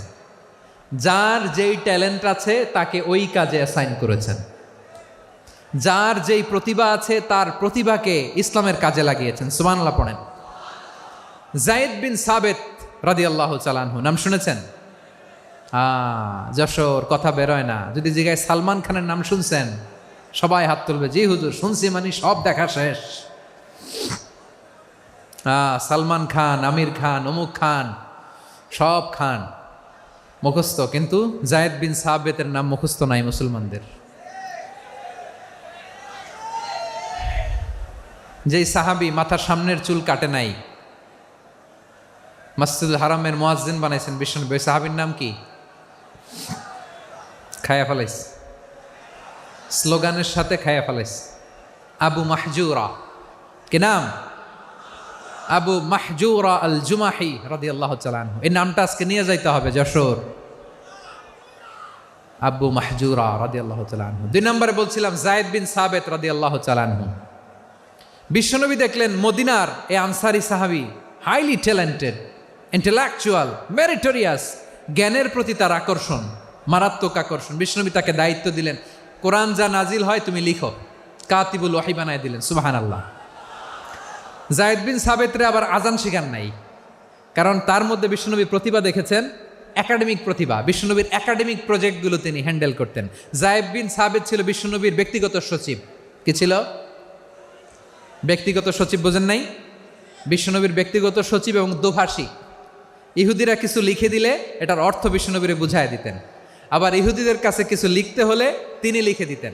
বিশ্বনবী একদিন বললেন, ইন্নী ওয়াল্লাহি মা আমানু ইয়াহুদা আলা কিতাব। ইহুদিরা যে চিঠি পাঠায় অর্থ তো বুঝি না, আরেক ইহুদি আইনে অর্থ করা লাগে। আবার ইহুদিদের কাছে কিছু লিখে পাঠাইতে চাইলে আমরা তো লিখতে পারি না, ইহুদিরে দিয়ে লেখা লাগে। ওরা যে পয়রা শোনায় লিখে দেয়, আমি ওদের বিশ্বাস করি না। আমার নিজের একজন লোক দরকার। বিশ্বনবী এই জায়েদ বিন সাবেতকে চুজ করলেন ল্যাঙ্গুয়েজের জন্য। উনি বললেন, জায়েদ, তোমার সফট স্কিলকে ডেভেলপ করতে হবে, তুমি হিব্রু ল্যাঙ্গুয়েজ শিখে ফেলো। জায়েদ বিন সাবেত বলল, বিশ্বনবীর মোটিভেশন আর ইন্সপিরেশন পেয়ে আমি 15 দিনে ইহুদিদের এই হিব্রু ল্যাঙ্গুয়েজ শিখে ফেললাম। শুধু শিখে ফেললাম না, হাত্তা হাদিকতু, even I became master in the language. এই ভাষা আমি পারদর্শী হয়ে গেলাম। এরপরে ইহুদিরা চিঠি লিখে পাঠালে আর কোনো ইহুদি ডাকা লাগতো না, আমি নবীর এটার অর্থ শুনে পরে বুঝাই দিতাম। আবার ইহুদিদের কাছে চিঠি লেখা লাগলে আমি জায়েদ বিন সাবেত চিঠি লিখে দিতাম। সুবহানাল্লাহ। দেখেন, এত সাহাবীর মধ্য থেকে বিশ্বনবীর একাডেমিক প্রজেক্ট, ব্যক্তিগত সচিব, দোভাষী হিসেবে তিনি জায়েদ বিন সাবেতের মতো তরুণকে নির্বাচিত করেছেন। কেমন ট্যালেন্ট হান্টার ছিল আমার নবী! সুবহানাল্লাহ পড়বেন না? বিশ্বনবীর ইন্তেকালের পরে সাইয়েদনা আবু বকর রাদিয়াল্লাহু তাআলা আনহু যখন খলিফা হয়ে আসলেন, কোরআনকে সংকলনের দায়িত্ব দেয়া লাগবে, কোন সাহাবীকে দিবেন? সব সাহাবারা মিলে পরামর্শ করলেন। সাইয়েদনা আবু বকর, ওমর সবাই মিলে এই বিশাল কোরআন সংকলনের গুরু দায়িত্ব বিশ্বনবীর ব্যক্তিগত সচিব, বিশ্বনবীর দোভাষী, বিশ্বনবীর সিলেক্ট করাই লোক জায়েদ ইবনে সাবেত রাদিয়াল্লাহু তাআলা আনহুকে দিয়েছে। কোরআনের কপি তো আজকে এখানে রাখে নাই। এই যে আজকের যে কোরআন পড়েন, এটা আগে এরকম ছিল না। কোরআন নাজিল হলে সাহাবারা চামড়ার, ওটের চামড়ায় লিখে ফেলতো, ওটের চ্যাপ্টা হাড্ডির মধ্যে লিখে ফেলতো, গাছের গুড়ির মধ্যে লিখে ফেলতো, বিভিন্ন জনের কাছে ছড়ানো ছিটানো ছিল। আবু বকর রাদিয়াল্লাহু তাআলা আনহু একসাথে করলেন, পরবর্তীতে উসমান রাদিয়াল্লাহু তাআলা আনহু একসাথে করলেন। 114 সূরার এখন এই মুসহাফ, এই কম্পাইলেশন, এই কপি আমরা পেয়েছি, যার হিউজ কন্ট্রিবিউশন ছিল। এই পুরো কোরআন কম্পাইলেশনের প্রজেক্ট ম্যানেজার ছিল জায়েদ বিন সাবেত রাদিয়াল্লাহু তাআলা। কোরআন কম্পাইলেশনের প্রজেক্ট ম্যানেজার। দেখেন, ওনারে মাথায় হাত দিয়ে আজান শিখায় নাই। সুবহানাল্লাহ কইবেন না? তাহলে প্রথম সাহাবী আবু মাহজুরাকে মুয়াজ্জিন বানাইলেন, জায়েদ বিন সাবেতকে ব্যক্তিগত সচিব আর দোভাষী বানালেন, মুসআব ইবনে উমাইর রাদিয়াল্লাহু তাআলা আনহুকে ইসলামের প্রথম অ্যাম্বাসেডর বানালেন। তাহলে তৃতীয় নাম্বার একজন সাহাবীর নাম বলছি, মুসআব ইবনে উমাইর। মুসআব কি নাম? নামটা কেমন লাগে? এই কয়েকজনের ভাল লাগে, বাকিদের ভাল লাগে না? ভাল লাগে? এই এই আর কয়েকটা মিনিট দেওয়া যাবে না আমাকে আল্লাহর রাস্তে? হ্যাঁ, ঠিক আছে। আমি তোমাদেরকে ভালোবাসা দেখাবো, দোয়া করব, যদি চুপ থাকো, একেবারে চুপ, কষ্ট সহ্য করো, বাকিরে যা সওয়াব পাবে তোমরা ডবল পাবা, যেহেতু কষ্ট বেশি, কিন্তু চুপ। 3 নম্বর সাহাবীর নাম মুসআব। এই ধাক্কাধাক্কি কেন? ধাক্কাধাক্কি কেন রে ভাই? না না না, এরকম হইলে আসবো না যশোর, আমি আর আসবো না। হয় পিছনে চলে যাও, নাহলে চুপ, ধাক্কাধাক্কি নাই। 3 নম্বর সাহাবীর নাম মুসআব। কি নাম? He was the first ambassador in Islam. ইসলামের প্রথম ডিপ্লোমাট, প্রথম কূটনৈতিক, ইসলামের প্রথম কূটনৈতিক, ইসলামের প্রথম ডিপ্লোমাট, প্রথম অ্যাম্বাসেডর মুসআব ইবনে উমাইর। মক্কার তরুণ যুবক, উনি পারফিউম লাগাইলে মানুষ দেখলেই বুঝতো এটা মুসআব লাগাইছে। এমন ড্যাশিং ফেসের ছিল, এমন স্মার্ট ড্যাশিং ফেস, এমন পার্সোনালিটির মানুষ ছিল মুসআব রাদিয়াল্লাহু তাআলা আনহু। কারণ যিনি ইসলামের স্পোকম্যান হবেন, মুখপাত্র হবেন, তার স্মার্ট হওয়ার দরকার আছে না নাই? আকাবার প্রথম শপথ যখন হলো, তাদের সাথে বিষ্ণু ইসা ইসলাম মদিনাতে একজন মুখপাত্র পাঠালেন, ডিপ্লোমাটকে পাঠালেন, অ্যাম্বাসেডর অফ ইসলাম, তিনি হচ্ছেন মুসআব ইবনে উমাইর। পড়েন সুবহানাল্লাহ। বিশ্বনবী দেখলেন সে অনেক স্মার্ট, তার ডেডিকেশন আছে, সিনসিয়ারিটি আছে, এবং মদিনায় যে আউস খাজরাজ গোত্রের নেতাদের সাথে ডিল করতে হবে, ইহুদিদের সাথে ডিল করতে হবে, ওখানে একজন পাক্কা জানু খেলোয়াড়ের দরকার আছে না নাই? মুসআব ইবনে উমাইর রাদিয়াল্লাহু তাআলা আনহু, ওনাকে বিষ্ণু নবী সাল্লাল্লাহু আলাইহি ওয়াসাল্লাম চুজ করলেন। এবং বিষ্ণু নবী সাল্লাল্লাহু আলাইহি ওয়াসাল্লামের এই চুজিংটা, এই সিলেকশনটা এত সুন্দর ছিল, তিনি মদিনাতে যে বিশ্বনবী আসার আগেই মদিনার জমিনকে তিনি উর্বর করে ফেলছেন। প্রতিটা ঘরে ঘরে কালিমার দাওয়াত তিনি পৌঁছায় দিচ্ছেন। জুমার বিধান নাজিল হয়েছে, কিন্তু মক্কায় পরিবেশ নাই জুমা পালনের। বিষ্ণু নবী সাল্লাল্লাহু আলাইহি ওয়াসাল্লাম একজনকে দিয়ে খবর পাঠালেন, যাও মদিনায় মুসাবকে যে বলো, মুসাব তো আমার শিক্ষক, আমার স্পোকম্যান, মদিনাতে যেন তারা জুমা কায়েম করে। বিশ্বনবীর আগেই মুসাব মদিনার মুসলিমদেরকে নিয়ে মদিনায় প্রথম জুমা কায়েম করে ফেলছে। কোন সুবহানাল্লাহ। ডিপ্লোম্যাটদের কেমন হইতে হয়, অ্যাম্বাসেডারের কেমন হইতে হয়, মুসআব রাদিয়াল্লাহু তাআলা আনহুর কাছ থেকে শিখে নাও। মুসআব নামটা কেমন লাগে? যশোর, যাদের সন্তান হবে ছেলে সন্তান, আমার রাস্তায় পাইলে সবাই জিজ্ঞেস করে, হুজুর একটা নাম দেন, আমার ছেলে হবে। যশোরবাসীর জন্য আমি একটা নাম দিয়ে দিলাম, নাম রাখতে হবে মুসআব। কি নাম? নামটা যাদের ভাল লাগে, ছেলে সন্তান অনাগত আসবে, মনে চাইলে নাম রেখে দিবেন মুসআব রাদিয়াল্লাহু তাআলা আনহুর নামে মুসআব। তাহলে মুসআব রাদিয়াল্লাহু তাআলা আনহুকে বিশ্বনবী ল্যাঙ্গুয়েজ শিখান নাই, সফট স্কিল শিখান নাই। জায়েদ রাদিয়াল্লাহু তিনি হিব্রু ল্যাঙ্গুয়েজ শিখেছেন, সুরিয়ানি শিখেছেন, কিন্তু মুসআবকে তিনি বানিয়েছেন the spokesman of Islam, the first diplomat, the ambassador of Islam. সুবহানাল্লাহ পড়বেন না? আব্দুল্লাহ ইবনে আব্বাস রাদিয়াল্লাহু তাআলা আনহু বিশ্বনবীর কাজিন, চাচাতো ভাই। আবার মাইমুনা রাদিয়াল্লাহু তাআলা আনহু, মাইমুনা নবীর স্ত্রী, তিনি ছিলেন আব্দুল্লাহর আপন খালা। তো নবীর বউ যদি ওনার খালা হয়, নবী তার কি? বুঝে নাই, নবী তার কি? খালু। তাহলে সম্পর্ক অনেক গভীর, কাজিন আবার খালু। ছোট্ট মানুষ, তাই রাতে মাঝে মাঝে ঘরে থাকতো। বিশ্বনবী দেখলেন আব্দুল্লাহ যেহেতু আমার ঘরে ঢুকতে পারে, আব্দুল্লাহরে এই উম্মতের বড় শিক্ষাবিদ বানাইতে হবে। কথা বোঝে নাই? আব্দুল্লাহকে কি বানাইতে হবে? শিক্ষাবিদ, এডুকেটর অফ দিস উম্মাহ, এই উম্মার শিক্ষাবিদ বানাইতে হবে। তাই আব্দুল্লাহ ইবনে আব্বাসকে বিশ্বনবী হাতে কলমে শিক্ষা দিয়েছেন। আহারে, আর এরপরে যে কি ভাষা আসবে তোমাদের জন্য আমার মুখ থেকে আমি নিজেও জানি না। 1 ঘন্টা যাবত ধাক্কা ধাক্কি মারামারি, তো আসতে বলছে কে তোমাকে? পেছনে চলে যাও, জায়গা না পেলে। পুরো প্রোগ্রামটাই নষ্ট করে দিল।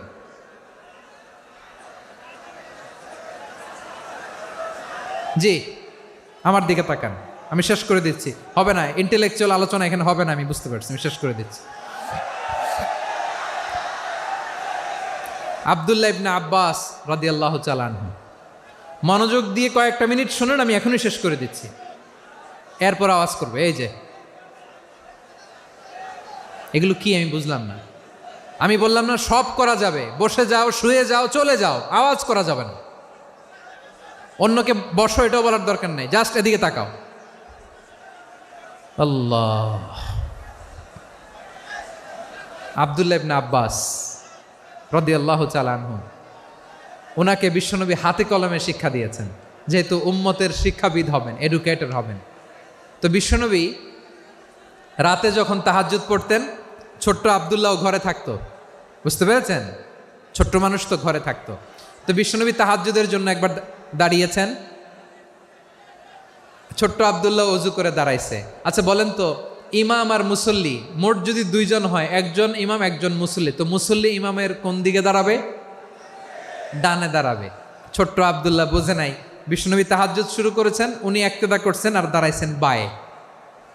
কোথায় দাঁড়িয়েছেন? আব্দুল্লাহ বলেন, যখন আমি বায়ে দাঁড়ালাম, আখাযা রাসূলুল্লাহ সাল্লাল্লাহু আলাইহি ওয়াসাল্লাম উযুনি আল ইউমনা ইয়াফতিলুহা, বিশ্বনবী নামাজরত অবস্থায় আমার কান ধরে টেনে আমার ডান দিকে এনে দাঁড় করায় দিলেন। পড়েন সুবহানাল্লাহ। দেখেন, হাতে কলমে শিক্ষা। আর জীবনে ভুল হবে? কথা কয় না, আর ভুল হবে? আর ভুল হবে না। এভাবে বিশ্বনবীর অনেক সঙ্গ পেয়েছেন, সফর করেছেন, একই বাহনে বসেছেন, এক বাহনে বসে লম্বা নাসিহত করেছেন, বলেছেন, ইয়া গোলাম ইহফাজিল্লাহ ইয়াহফাজকা, ইহফাজিল্লাহ তাজিদহু তুজাহাক, ইযা সাআলতা ফাসআলিল্লাহ ওয়া ইযা ইসতাআনতা ফাসতাইন বিল্লাহ। আল্লাহর বিধান মানো, আল্লাহর বিধান রক্ষা করো, আল্লাহ তোমায় রক্ষা করবে। আব্দুল্লাহ, চাইতে হলে আল্লাহর কাছে চাও, সাহায্য চাইতে হলে আল্লাহর কাছে সাহায্য চাও। মনে রেখো, গোটা বিশ্বের সবাই যদি তোমার সাহায্য করতে চায়, ততটুকুই করতে পারবে যতটুকু আল্লাহ তোমার নসিবে রেখেছে। গোটা বিশ্ব যদি তোমার বিরুদ্ধে ষড়যন্ত্রে দাঁড়িয়ে যায়, ক্ষতি ততটুকু করতে পারবে যতটুকু তোমার জন্য বরাদ্দ আছে, এর বাইরে কিছু করতে পারবে না। আওয়াজ করে বলেন ঠিক কিনা? এভাবে হাতে কলমে শিখিয়েছেন, বিশ্বনবী সঙ্গ পেয়েছেন। ওনাকে বিষ্ণু ইসা ইসলাম শিক্ষাবিদ, এডুকেটর অফ দিস উম্মাহ হিসেবে সিলেক্ট করেছেন, হাতে কলমে শিখিয়েছেন। বিশ্বনবী একবার প্রকৃতির ডাকে সাড়া দিয়ে এসেছেন, এখন কি করতে হবে? নামাজের জন্য অজু করতে হবে। বিশ্বনবী এসেই দেখেন অজুর বদনায় পানি ভরা, খুশি হয়ে গেলেন, বললেন কে রেখেছে পানি? একজন বলল আব্দুল্লাহ রেখেছে। বিশ্বনবী অত্যন্ত খুশি হলেন, খুশি হয়ে একটা দোয়া করলেন, বললেন আল্লাহুম্মা ফাক্কিহু ফিদ্দীন ওয়া আল্লিমহু তা'ওয়ীল। আল্লাহ তুমি আব্দুল্লাহকে দ্বীনের বুঝ দিও আর কোরআনের তাফসির শিক্ষা দিও। বিশ্বনবীর এই দোয়া এমন লাগছে, উনি রঈসুল মুফাসসিরিন, এই পৃথিবীতে যত মুফাসসির ছিল, যত মুফাসসির আসবে, সকল মুফাসসিরের সম্রাট হিসেবে স্বীকৃত হয়েছেন। আব্দুল্লাহ ইবনে আব্বাস, বিশ্বনবী ওনারা আজান শিখান নাই, বিশ্বনবী ওনারা ল্যাঙ্গুয়েজ শিখান নাই, বিশ্বনবী ওনারা অ্যাম্বাসাডার বানান নাই, হাতে কলমে শিক্ষা দিয়েছেন। ছোট্ট মানুষ, বিশ্বনবী ইন্তেকাল করলেন, আবু বকরের সময় গেল, ওমরে ফারুকের খেলাফত, তখনও তিনি তরুণ। ওমরে ফারুক রাদিয়াল্লাহু তাআলা আনহু ওনার ক্যাবিনেট মিনিস্ট্রির বৈঠকে এই আব্দুল্লাহ ইবনে আব্বাসকে পাশ দিয়ে বসায় রাখতেন। বয়স্ক সাহাবারা এটা পছন্দ করতো না, তারা বলতো ঘটনা কি, আব্দুল্লাহর মতো ছেলে নাতি আমাদের আছে, এরা কেন রাখে ওমরে ফারুক? ওমরে ফারুক এটা টের পেলেন, তিনি বুঝতে পারলেন যে ক্যাবিনেট মেম্বাররা এটা পছন্দ করে না, ছোট্ট আব্দুল্লাহরা কেন রাখি, কেন যে রাখি এটা একদিন বুঝাবো। একদিন মিটিংয়ে তিনি সবাইকে বললেন ইদা জাআ নাসরুল্লাহি ওয়াল ফাতহ। এই আয়াত দ্বারা উদ্দেশ্য কি বলেন তো মুরব্বী সাহাবীরা? এক সাহাবী বলেন এ সূরা দ্বারা উদ্দেশ্য, আল্লাহ বলেছেন আমাদেরকে বিভিন্ন ল্যান্ড, বিভিন্ন এলাকা বিজয় করতে হবে। ওমরে ফারুক বললেন না, হয়নি। আরেকজন বললেন বিজয় হওয়ার পর আমাদের বেশি বেশি আল্লাহর বরত্বের ঘোষণা দিতে হবে, এটা উদ্দেশ্য। ওমরে ফারুক বললেন না, হয় নাই। যারা জিজ্ঞেস করেন কেউ পারে না। সব শেষে বিশ্বনবী ছোট্ট আব্দুল্লাহরে বলেন আব্দুল্লাহ ইদা জাআ নাসরুল্লাহি ওয়াল ফাতহ এর দ্বারা উদ্দেশ্য কি বলো তো? ছোট্ট আব্দুল্লাহ বলেন হুয়া আজালু রাসূলিল্লাহ। এই আয়াত দ্বারা বিশ্বনবীর বিদায়কে উদ্দেশ্য নেওয়া হয়েছে। ওমরে ফারুক বললেন হাযা হুয়া, এটাই তো সঠিক উত্তর, এটাই সঠিক তাফসীর এই আয়াতের। কারণ ইদা জাআ নাসরুল্লাহি ওয়াল ফাতহ, যখন আল্লাহর সাহায্য আর বিজয় আসবে, ওয়া রাআইতান নাসা ইয়াদখুলুনা ফি দীনিল্লাহি আফওয়াজা, আপনি দেখবেন দলে দলে ঢলে ঢলে বানের পানির মতো মানুষ ইসলামের দিকে ঢুকতেছে, ইসলামের বিজয় হয়েছে। তো ইসলামের বিজয়ের মিশন নিয়ে নবী আসছে, বিজয়ী যখন হয়ে গেছে এখন তো নবীর বিদায় হবে। জোরে বলেন ঠিক কিনা? কোনো সাহাবী এই সূক্ষ্ম কথাটা ধরতে পারে নাই, ওই আব্দুল্লাহ ছাড়া। আব্দুল্লাহ যখন উত্তর দিছে সব সাহাবীদের টনক নড়েছে। এরপর থেকে কোনো ক্যাবিনেট মিটিংয়ে আর কোনো সাহাবারা কোনো প্রশ্ন করে নাই, আওয়াজ করে পড়েন সুবহানাল্লাহ। বিশ্বনবী আব্দুল্লাহ ইবনে আব্বাসকে দ্য এডুকেটর অফ দ্য উম্মাহ, উম্মার শিক্ষাবিদ হিসেবে গ্রহণ করেছেন। আওয়াজ করে পড়তে হবে আল্লাহু আকবার। সাহাবীদের নামগুলো মনে থাকবে? এক নম্বরে আবু মাহজুরা, মুয়াজ্জিন বানাইছেন। যায়েদ ইবনে সাবিত, দোভাষী, ট্রান্সলেটর অফ প্রফেট, এবং তিনি ছিলেন বিশ্বনবীর ব্যক্তিগত সচিব। Musab ibn Umair, the first ambassador and diplomat of Islam. Abdullah ibn Abbas, এই উম্মার সবচেয়ে বড় এডুকেটর, শিক্ষাবিদ। আরেকজন ছিল আব্দুল্লাহ ইবনে মাসউদ রাদিয়াল্লাহু তাআলা। দুই আব্দুল্লাহ, আব্বাস গেল, আরেকজন হচ্ছে মাসউদ। মক্কার তরুণ, ছাগল পালতো মুশরিকের। বিশ্বনবী আর আবু বকর রাদিয়াল্লাহু তাআলা আনহু একবার গেলেন, যে দেখে এই তরুণ দাঁড়ায় আছে। বিশ্বনবী বলেন আমি খুব ক্ষুধার্ত, তোমার কাছে কি দুধ আছে ছাগলের?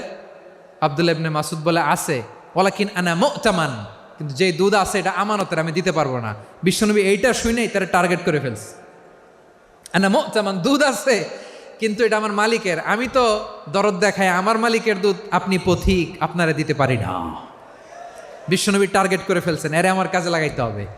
বিশ্বনবী বললেন আচ্ছা ঠিক আছে, দুধ দিও না, কিন্তু এমন ছাগি আছে কিনা যেই ছাগির সাথে কোনো ছাগলের মিলন হয় নাই, তার ওলানে দুধও আসে নাই, বাচ্চাও নাই, এরকম ছাগির থেকে যদি আমি দুধ খাই তাহলে তো সমস্যা নাই। বলতেছে এরকম ছাগির থেকে দুধ খাইলে সমস্যা নাই, কারণ এরকম ছাগির ওলান থেকে দুধ আসবেও না। বলতেছে ঠিক আছে, এরকম একটা ছাগি নিয়ে আসা হলো।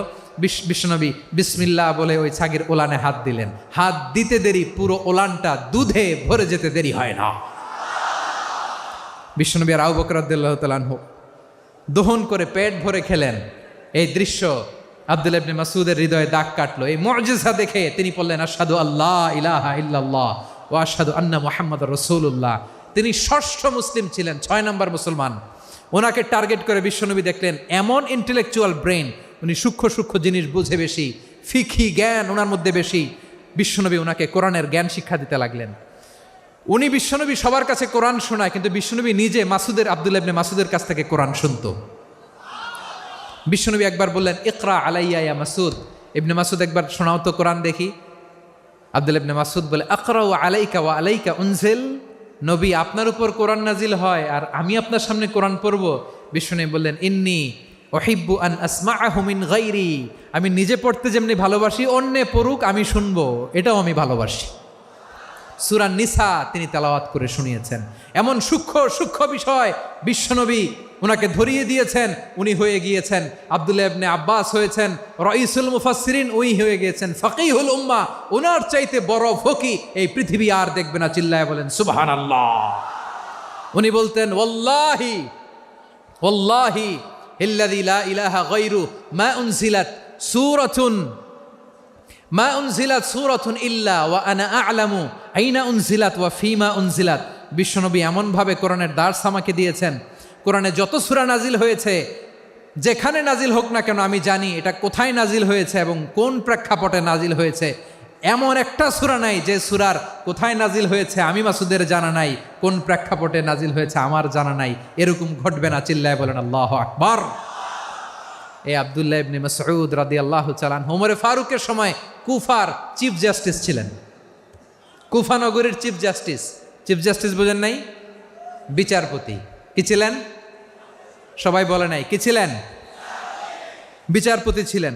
এবং ওনার যে ফিকহি জ্ঞানের ধারা, এটাই আলকামা, ইব্রাহিম আন-নাখাই, হাম্মাদ ইবনে সুলাইমান হয়ে ইমাম আবু হানিফা পর্যন্ত পৌঁছেছে। এবং ওনার ফিকহি জ্ঞানের ধারাই হানাফি মাযহাবে অ্যাকসেপ্ট হয়েছে। আজও এগুলো হানাফি মাযহাবে চর্চিত হয়। হানাফি মাযহাবের সব ফিক আব্দুল্লাহ ইবনে মাসউদের ফিকহি জ্ঞানের ধারা থেকে নেওয়া হয়েছে। চিল্লায় পড়েন সুবহানাল্লাহ। তাহলে উনাকে বিশ্বনবী বানিয়েছেন জুরিস্ট, আইনবিদ, ফকিহ। ওনারে আজান শিখান নাই। হিউম্যান রিসোর্স ডেভেলপমেন্ট কিভাবে করবেন, মানব সম্পদের উন্নয়ন কিভাবে করতে হয়, কিভাবে যার যেখানে প্রতিভা কাজে লাগাতে হয় উনি দেখিয়েছেন। সুবহানাল্লাহ পড়বেন না? খালিদ বিন ওয়ালিদ নাম শুনছেন? কে কে শোনেন নাই হাত তোলেন। কি ছিলেন? বীর যোদ্ধা ছিলেন খালিদ বিন ওয়ালিদ। কিন্তু তিনি ইসলাম ধর্ম গ্রহণ করেছেন অনেক দেরিতে, 8ম হিজরিতে। তার মানে 8ম হিজরির আগে উনি মুশরিকদের পক্ষে লড়াই করেছেন। ওনার হাতে কত মুসলিম সাহাবী যে নিহত হয়েছে হিসাব নাই। বিশ্বনবী টার্গেট করে রাখছে, তুমি আমাদের মুসলিমদের এত ক্ষতি করলা, তুমি যখন মুসলমান হবা তোমারে দিয়ে আমি এমন কাম করামু যে এটা আর কেউ করতে পারবে না। সুবহানাল্লাহ নাই? যশোর ক্লান্ত হয়ে গেছে।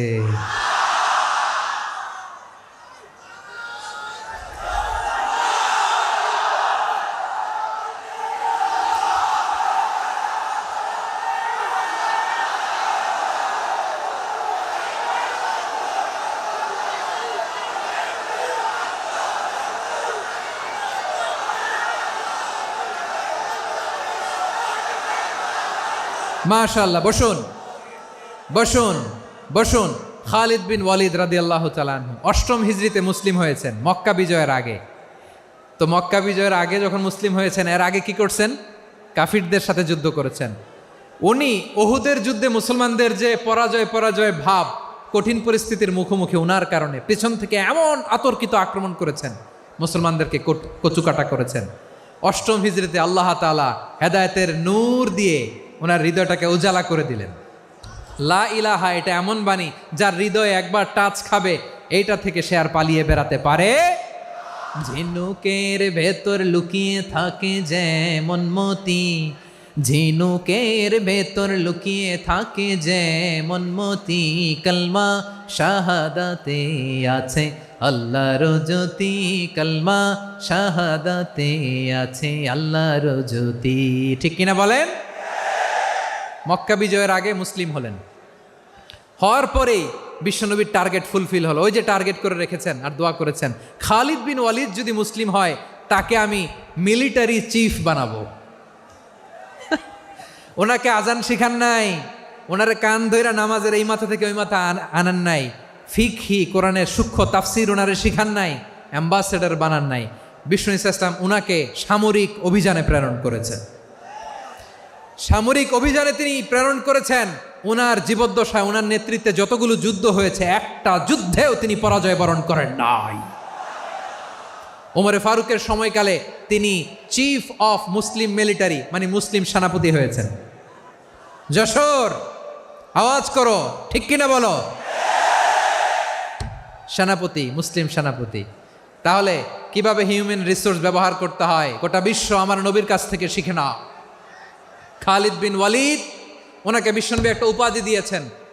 উপাধিটা হচ্ছে সাইফুল্লাহিল মাসলুল, আল্লাহর নাঙ্গা তরবারি, আল্লাহর খোলা তরবারি, দ্য ওপেন সোর্ড অফ আল্লাহ। খালিদ বিন ওয়ালিদ মুসলিম সেনাপতি। হাসান বিন সাবেত নাম শুনছেন? দেখি উনি কি ছিল বলেন। রাসূলের সভা কবি, কালচারাল হিজিমনিকে ডিফিট করার জন্য। উনি ভালো অস্ত্র চালানো জানতেন না, ওই কাজে উনি যেতেন না। ওনার ছিল কাব্য প্রতিভা। কাব্য প্রতিভা, কাফিররা কবিতা দিয়ে নবীকে গালি দিত। বিশ্বনবী বলতেন, ইয়া হাসান আজিব আন রাসূলিল্লাহ, তুমি নবীর হয়ে কাফেরদের এই কথাগুলোর জবাব দাও। বিশ্বনবীর একটা মিম্বার ছিল। বিশ্বনবীর মিম্বারের পাশাপাশি মসজিদে নববীতে এই হাসান বিন সাবেতের জন্য বিশ্বনবী একটা স্পেশাল মিম্বার বানিয়ে দিয়েছেন। এখান থেকে তুমি জবাব দাও। এবং বিশ্বনবী বলেছেন, আল্লাহুম্মা আইয়িদহু বিরূহিল কুদুস। আল্লাহ, হাসান আমার পক্ষে জবাব দেয়, তুমি জিব্রাইল মারফত তাকে সাহায্য পাঠাইয়া দিও। রাসূল সাল্লাল্লাহু আলাইহি ওয়াসাল্লামের সভা কবি, the poet of the prophet, নবীর কবি। উনি কবিতা দিয়ে এমন উচ্চাঙ্গের ভাষায় কবিতা দিয়ে তিনি জবাব দিতেন, কাফিরদের গা শিহরে যেত, তাদের হৃদয়ে আগুন ধরে যেত। তাহলে এরকম কবিরও দরকার আছে না নাই? এখন যাকে আল্লাহ দিছে কাব্য প্রতিভা, এরা যদি আপনি যুদ্ধের ময়দানে পাঠান হবে? যারে দিছে সুরেলা গলা, এরা যদি অ্যাম্বাসেডর বানান হবে না। হাসান বিন সাবেত ছিলেন বিষ্ণু ইসলামের কবি। হুযায়ফা ইবনুল ইয়ামান বিশ্বনবীর গোয়েন্দা বিভাগের প্রধান। কিসের প্রধান? হুযায়ফা ইবনুল ইয়ামান। ওনার ছিল ডিটেকটিভ মাইন্ড, ডিটেকটিভ মাইন্ড, গোয়েন্দা বিভাগের প্রধান। এবং উনি হচ্ছেন সাহিবু সিররি রাসূলিল্লাহ, রাসূল সাল্লাল্লাহু আলাইহি ওয়াসাল্লামের গোপন তথ্যের ধারক বাহক। নবীর যেই কথা কেউ জানে না, সব হুযায়ফার পেটের ভিতরে ছিল। সুবহানাল্লাহ পড়েন। মদিনার যত ইহুদিদের একটা লিস্ট ছিল, এই লিস্ট শুধু দুইজন জানতো, বিশ্বনবী আর হুযায়ফা। সুবহানাল্লাহ পড়বেন না? তাহলে ওনাকে কোন দায়িত্ব দিছে? কোন বিভাগ? যশোর আওয়াজ করো, কোন বিভাগ? গোয়েন্দা বিভাগের হেড ছিল। খন্দকের যুদ্ধে প্রচন্ড আজকের মতো শৈত্যপ্রবাহ, মাটি খনন করতে করতে সাহাবীদের পেটে ক্ষুধা নাই, দাঁড়াইতে পারে না নামাজের জন্য, এত ক্লান্ত, ক্ষুধা, ক্লান্ত, শ্রান্ত। বিশ্বনবী বললেন, কে আছো? এই কঠিন শীত, এই ভয় আর ক্ষুধার মধ্যেও খন্দকের পরীক্ষার টপকে শত্রুর শিবিরে যে আমাকে তথ্য দিবা, কে আছো? কারো গায়ে শক্তিই নাই যে দাঁড়াবে, কেউ দাঁড়ায় না। বিশ্বনবী তখন নিজে হুযায়ফাকে ডাক দিলেন, হুযায়ফা, যে আমাকে আজকে শত্রু শিবিরের তথ্য এনে দিবে, সে জান্নাতে আমার মোরাফাকা, আমার সঙ্গী হবে। হুযায়ফা রাদিয়াল্লাহু ইবনুল ইয়ামান জীবনের ঝুঁকি নিয়ে এই ক্ষুধা, শৈত্য প্রবাহ, কোল্ড ওয়েভসকে উপেক্ষা করে পরীক্ষা টপকে শত্রু শিবিরে যে সবার কথাগুলো চুপে চুপে শুনে বিশ্বনবীর দরবারে এসে গোয়েন্দাদের মতো তথ্য সরবরাহ করেছে। বিশ্বনবীর গোয়েন্দা বিভাগের প্রধান হুযায়ফা ইবনুল ইয়ামান ইন্টেলিজেন্স বিভাগ চালাতেন। মুনাফিকদের নাম ওনার কাছে ছিল। মুআয ইবনে জাবাল মদিনা রাষ্ট্রের সবচেয়ে সিনিয়র আমলা ছিলেন।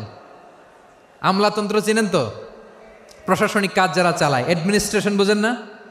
The department of administration. মদিনার রাষ্ট্রের সিনিয়র আমলা মুআয ইবনে জাবাল মুতাখাসসিসুন ফিল হালাল ওয়াল হারাম, হালাল হারামের স্পেশালিস্ট ছিলেন। বিশ্বনবী উনাকে ইয়ামানের গভর্নর করে পাঠাইছেন। বলেছেন, ইন্নাকা তা'তি কওমান আহলা কিতাব, এমন গোষ্ঠীর কাছে যাবা এরা ইহুদি নাসারা, আগে শাহাদা পড়লে এরপরে নামাজের দাওয়াত দিও, নামাজ পড়লে যাকাতের দাওয়াত দিও। গভর্নরের অ্যাটিটিউড যেমন থাকে তেমন অ্যাটিটিউড ধরে রেখো। সুবহানাল্লাহ পড়েন।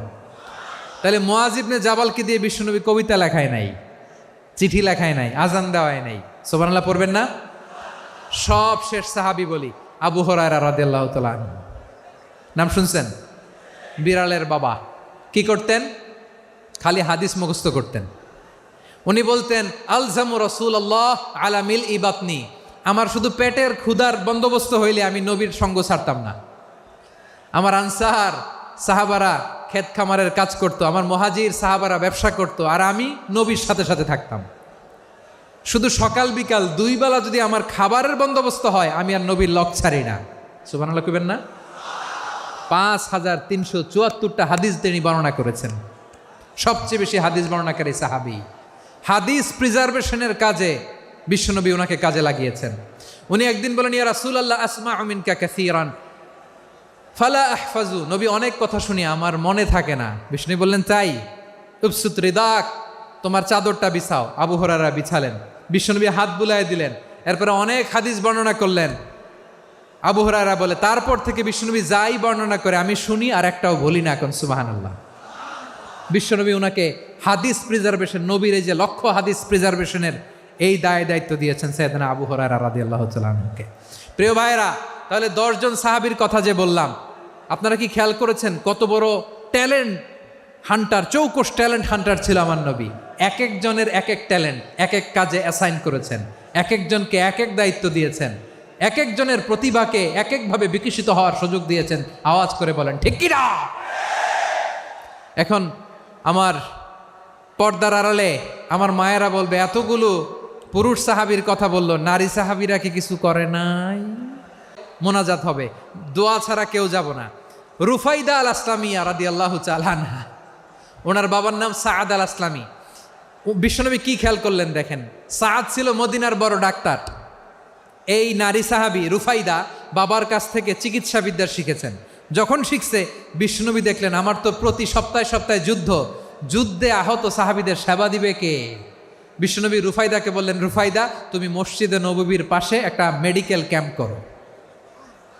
এই যে সাকিনা আদ্দিন মেডিকেলের আমার ছাত্রী বন্ধুরা শুনে রাখো, তোমাদের আইকন হচ্ছে এই রুফাইদা আল আসলামিয়া। বিশ্বনবীর ডিরেকশন অনুযায়ী তিনি মসজিদে নববীর পাশে একটা মেডিকেল ক্যাম্প করলেন এবং আহত সাহাবাদের চিকিৎসা উনি ওনার টিম নিয়ে দিতেন। বিশ্বনবীর পরামর্শে উনি আনসারি এবং মুহাজির মহিলা সাহাবীদেরকে নিয়ে একটা স্পেশাল মেডিকেল টিম গঠন করলেন। খায়বার যুদ্ধে 7ম হিজরিতে যখন বিশ্বনবী যায়, উনি ওনার টিম নিয়ে আসলেন, বললেন ইয়া রাসূলুল্লাহ আমরা তো তলোয়ার চালাতে পারি না, আমরা তো তীর মারতে পারি না, আপনি যদি অনুমতি দেন খায়বার অভিযানে আমি আমার টিম নিয়ে মেডিকেল টিমের সেবাটা সার্ভিসটা দিতে চাই। পড়েন সুবহানাল্লাহ। বিশ্বনবী অনুমতি দিলেন, যোদ্ধা সাহাবীদের সাথে রুফাইদা আল আসলামিয়া উনিও মেডিকেল টিম নিয়ে অগ্রসর হলেন। খায়বারের প্রতিটা আহত ইনজুর্ড সাহাবী যারা ইনজুরির শিকার হয়েছেন সবাই রুফাইদা আল আসলামিয়ার এই মেডিকেল ক্যাম্প থেকে চিকিৎসা সহায়তা পেয়েছেন। সুবহানাল্লাহ পড়েন। দেখেন কিভাবে বিশ্বনবী ট্যালেন্ট বাছাই করতেন। আপনি অবাক হবেন, বাহরাইনের মেডিকেল ইউনিভার্সিটিতে রুফাইদা আল আসলামিয়া মেডিকেল প্রাইজ অ্যাওয়ার্ড প্রতি বছর দেয়া হয়। যদি 8 দিনের এই মেডিকেল আমার বোনেরা যদি জেনে থাকো জানো, না হলে নতুন করে জানো, সার্চ দিও রুফাইদা আল আসলামিয়া মেডিকেল অ্যাওয়ার্ড বাহরাইনের ইউনিভার্সিটিতে দেওয়া হয়। প্রিয় ভাইয়েরা, তাহলে আলোচনার সামারি আমরা করি। বিশ্বনবী যার যেখানে ট্যালেন্ট তাকে ওইখানে কাজে লাগাতেন। আওয়াজ করে বলেন ঠিক কিনা? এবার একটা ইন্টারভিউ হবে, আওয়াজ করে বলেন আবু মাহজুরাকে বিশ্বনবী কি বানাইছেন? হ্যাঁ, ভুলে গেছেন? সামনের চুলে হাত দিয়ে বিশ্বনবী কি সুন্দর গলায় আজান শিখালেন। মুয়াজ্জিন যায়েদ বিন সাবিতকে একাডেমিক প্রজেক্টের দায়িত্ব দিয়েছেন, তিনি ছিলেন বিশ্বনবীর দোভাষী ব্যক্তিগত সচিব। Musab ibn Umair the first ambassador of Islam. Abdullah ibn Abbas উম্মার বড় শিক্ষাবিদ মুফাসসির। আব্দুল্লাহ ইবনে মাসউদ ছিলেন জুরিস্ট। কি ছিলেন? জুরিস্ট ছিলেন, এই উম্মার সবচেয়ে বড় জুরিস্ট। খালিদ বিন ওয়ালিদ সেনাপ্রধান। হাসান বিন সাবিত ছিলেন বিশ্বনবীর সভাকবি। কি ছিলেন? বিশ্বনবীর সভাকবি ছিলেন। এরপরে হুযায়ফা ইবনুল ইয়ামান কি ছিলেন? হ্যাঁ, গোয়েন্দা বিভাগের প্রধান। মুআয ইবনে জাবাল কি ছিলেন? সিনিয়র আমলা।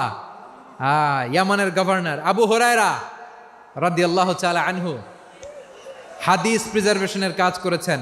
আর আমাদের রুফাইদা আল আসলামিয়া রাদিয়াল্লাহু তাআলা আনহা কি ছিলেন? নার্স ছিলেন। নার্স হয়ে মেডিকেল সেবা দিয়েছেন। প্রিয় ভাইয়েরা, পুরো আলোচনার যদি সামারি করি তাহলে বিশ্বনবী যেভাবে হিউম্যান রিসোর্সকে ম্যানেজ করেছেন, যার যেখানে প্রতিভা কাজে লাগিয়েছেন, আমরাও যদি করি আমাদের বাংলাদেশের চিত্র আমরা পাল্টে যেতে পারবো। আমরা শুরুতে শুনেছি মানুষের আছে অসীম সম্ভাবনা, প্রতিটা মানুষ অনন্য, যত্ন নিলে, যথাযথ পরিচর্যা করলে মানুষ বিশ্ব জয় করতে পারে, ঠিক কিনা? আমাদের হাফেজে কোরআনের সামনে দাঁড়াতে পারে এমন কোনো হাফেজে কোরআন আল্লাহর জমিনে জন্ম হয় নাই। গোটা বিশ্ব কাঁপিয়ে তারা সেরা, আমাদের ক্রিকেটাররা সেরা, আমাদের তৈরি পোশাক শিল্প সেরা। এরকম অনেক অনেক সেরা জিনিস আছে, আমরা এগুলোরে নার্চারিং করতে পারি নাই, পরিচর্যা করতে পারি নাই, সঠিক তারবিয়াতের অভাব। তাহলে মানুষের অসীম সম্ভাবনাকে কাজে লাগাতে হবে, ঠিক কিনা বলেন? ইউনুস গভর্নমেন্টকে আমি বলবো, অল্প সময়ের জন্য আপনারা এসেছেন, সংস্কারও করতে হবে, আবার নির্বাচনও করতে হবে। সব সংস্কার হয়তো করতে পারবেন না, যতটুকু পারবেন এর মধ্যে আমাদের যে হিউজ ম্যান পাওয়ার, আমাদের যে মানব সম্পদ, হিউম্যান রিসোর্স, এটাকে ডেভেলপ করে আপনাদের যেতে হবে। যেটা পারবেন না সেটাকে পরবর্তী নির্বাচিত গভর্নমেন্টের কাছে রেখে যেতে হবে, যে তারা যেন করে, তাদের কাছে আপনারা এটা রেখে যাবেন। তাহলে মানুষ চাইলে বিশ্ব জয় করতে পারে। আর মানুষকে হারাতে পারে কেউ? জোরে বলো যশোর, মানুষকে হারাতে পারে কেউ? আল্লাহ আমাদেরকে জনসংখ্যা দিয়েছেন প্রিয় ভাইয়েরা। এই জনসংখ্যা অনেক বড় সম্পদ, এটা আমাদের জন্য অভিশাপ নয়, আশীর্বাদ। আমাদের জনসংখ্যাকে যদি আমরা জনশক্তিতে রূপান্তর করতে পারি, আজকে বাংলাদেশ যে অবস্থানে দাঁড়িয়ে আছে, বাংলাদেশ তার 20 গুণ উন্নতির শিখরে চলে যাবে। চিল্লায় বলো ঠিক কিনা? আমাদের শ্রমিক ভাইয়েরা বাইরে কাজ করে, আমাদের শ্রমজীবী ভাইয়েরা, প্রবাসীরা, তাদের ব্যাপারে গুরুত্ব দিতে হবে। আমাদের শ্রমের দাম সবচেয়ে কম, সবচেয়ে কম। তারা এম্বাসিতে গুরুত্ব পায় না, এয়ারপোর্টে গুরুত্ব পায় না। এই সরকার অবশ্য তাদেরকে অনেক গুরুত্ব দিচ্ছে। আমাদের অদক্ষ শ্রমিককে যখন আমরা দুবাই পাঠাই, অল্প বেতন পায়, কিন্তু ইন্ডিয়ানরা দক্ষ শ্রমিক পাঠাইলে তার 3 গুণ বেতন পায়। আমরা আমাদের শ্রমিকদেরকে অদক্ষভাবে আর পাঠাতে চাই না, দক্ষ শ্রমিক পাঠিয়ে আমরা রেমিটেন্সের বন্যা বইয়ে দেব। আমাদের শ্রমিকদের পাঠানো রেমিটেন্সের টাকায় সচল থাকে আমার দেশের অর্থনীতির চাকা। তাদেরকে সবচেয়ে গুরুত্ব দিতে হবে। আমরা পেয়েছি ফ্রিডম ফাইটার, মুক্তিযোদ্ধা, আর আমার প্রবাসী ভাইরা হচ্ছে রেমিটেন্স ফাইটার। জোরে বলো ঠিক কিনা? তাহলে আমাদের এই জনশক্তিকে জনসম্পদে ট্রান্সফর্ম করতে হবে, ঠিক কিনা বলেন? সরকার জনগণকে এভাবে পলিশ করতে হবে। মা বাবারা ছেলে মেয়েদের মধ্যে কার কোন যোগ্যতা, তাকে ওইভাবে কাজে লাগাতে হবে। সবার A+ পাওয়ার কোনো দরকার নাই। আমাদের দেশে একটা টেন্ডেন্সি আছে, পরীক্ষায় A+ না পাইলে কই তুই কি করলি, পাশের বাড়ির ছেলে A+ পাইছে, যা ওর পা ধোয়া পানি খা। কি খা? তা আমি ভাবছি যে পা ধোয়া, A+ পাওয়া ছেলেদের পা ধোয়া পানির একটা পানির ব্র্যান্ড বানাইতে হবে। এরকম লেখা থাকবে, A+ পাওয়া ছেলেদের পা ধোয়া পানি। খাওয়া নাই, এগুলার খাওয়া নাই। ওরে আল্লাহ A+ পাওয়ার জন্য বানাইছে, আর আপনার ছেলেকে এই A+ গুলারে নিয়ন্ত্রণ করার জন্য আল্লাহ বানাইছে। ওকে দিয়ে আল্লাহ কি করবে আপনি জানেনই না। একটা A+, একটা A গ্রেড একটা মানুষের জীবনকে ঠিক করে দিতে পারে না।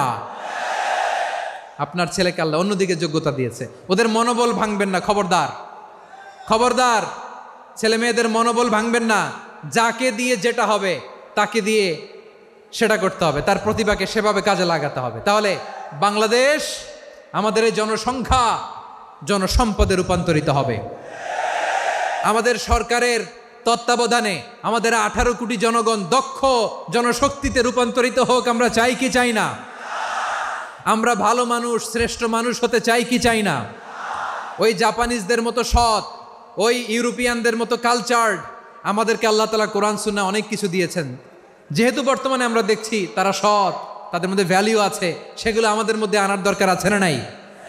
আর ইসলাম দিয়ে আমাদের জীবনকে সাজাতে হবে, ইসলাম দিয়ে আমার পরিবারকে সাজাতে হবে। ইসলাম থেকে, কোরআন থেকে প্রেসক্রিপশন না নিলে জীবন সুন্দর হবে না। কোরআন থেকে প্রেসক্রিপশন না নিলে সমাজ সুন্দর হবে না। কোরআনের প্রেসক্রিপশন না মানলে রাষ্ট্র সুন্দর হবে না। কোরআনের প্রেসক্রিপশন অ্যাপ্লাই না করলে শুধু দুর্নীতি দমন কমিশন দিয়ে দুর্নীতি বন্ধ করা যাবে না। এজন্য কোরআনের আইন আমরা চাই কি চাই না? প্রিয় ভাইয়েরা, হিউম্যান রিসোর্স ডেভেলপমেন্ট, মানব সম্পদের উন্নয়ন, আমাদের সরকার যেন এদিকে নজর দেয়। আমরা যেন এই ব্যাপারে যত্নবান হয়ে উঠি। যাকে আল্লাহ যে যোগ্যতা দিয়েছে, এই যোগ্যতা দিয়ে আমরা যেন ইসলামের জন্য, দেশের জন্য কাজ করি। আমরা যেন আমাদের স্কিল ডেভেলপ করি, আমাদের পটেনশিয়ালকে ডেভেলপ করি। মোরালিটি, ভ্যালিউজ নিয়ে শায়েখ আহমদুল্লাহ আলোচনা করেছেন, এগুলো দিয়ে যেন আমরা আমাদেরকে সাজাই। আল্লাহ তাআলা আমাদের দেশকে তুমি নিরাপদ করো, আমরা পড়ি আমিন।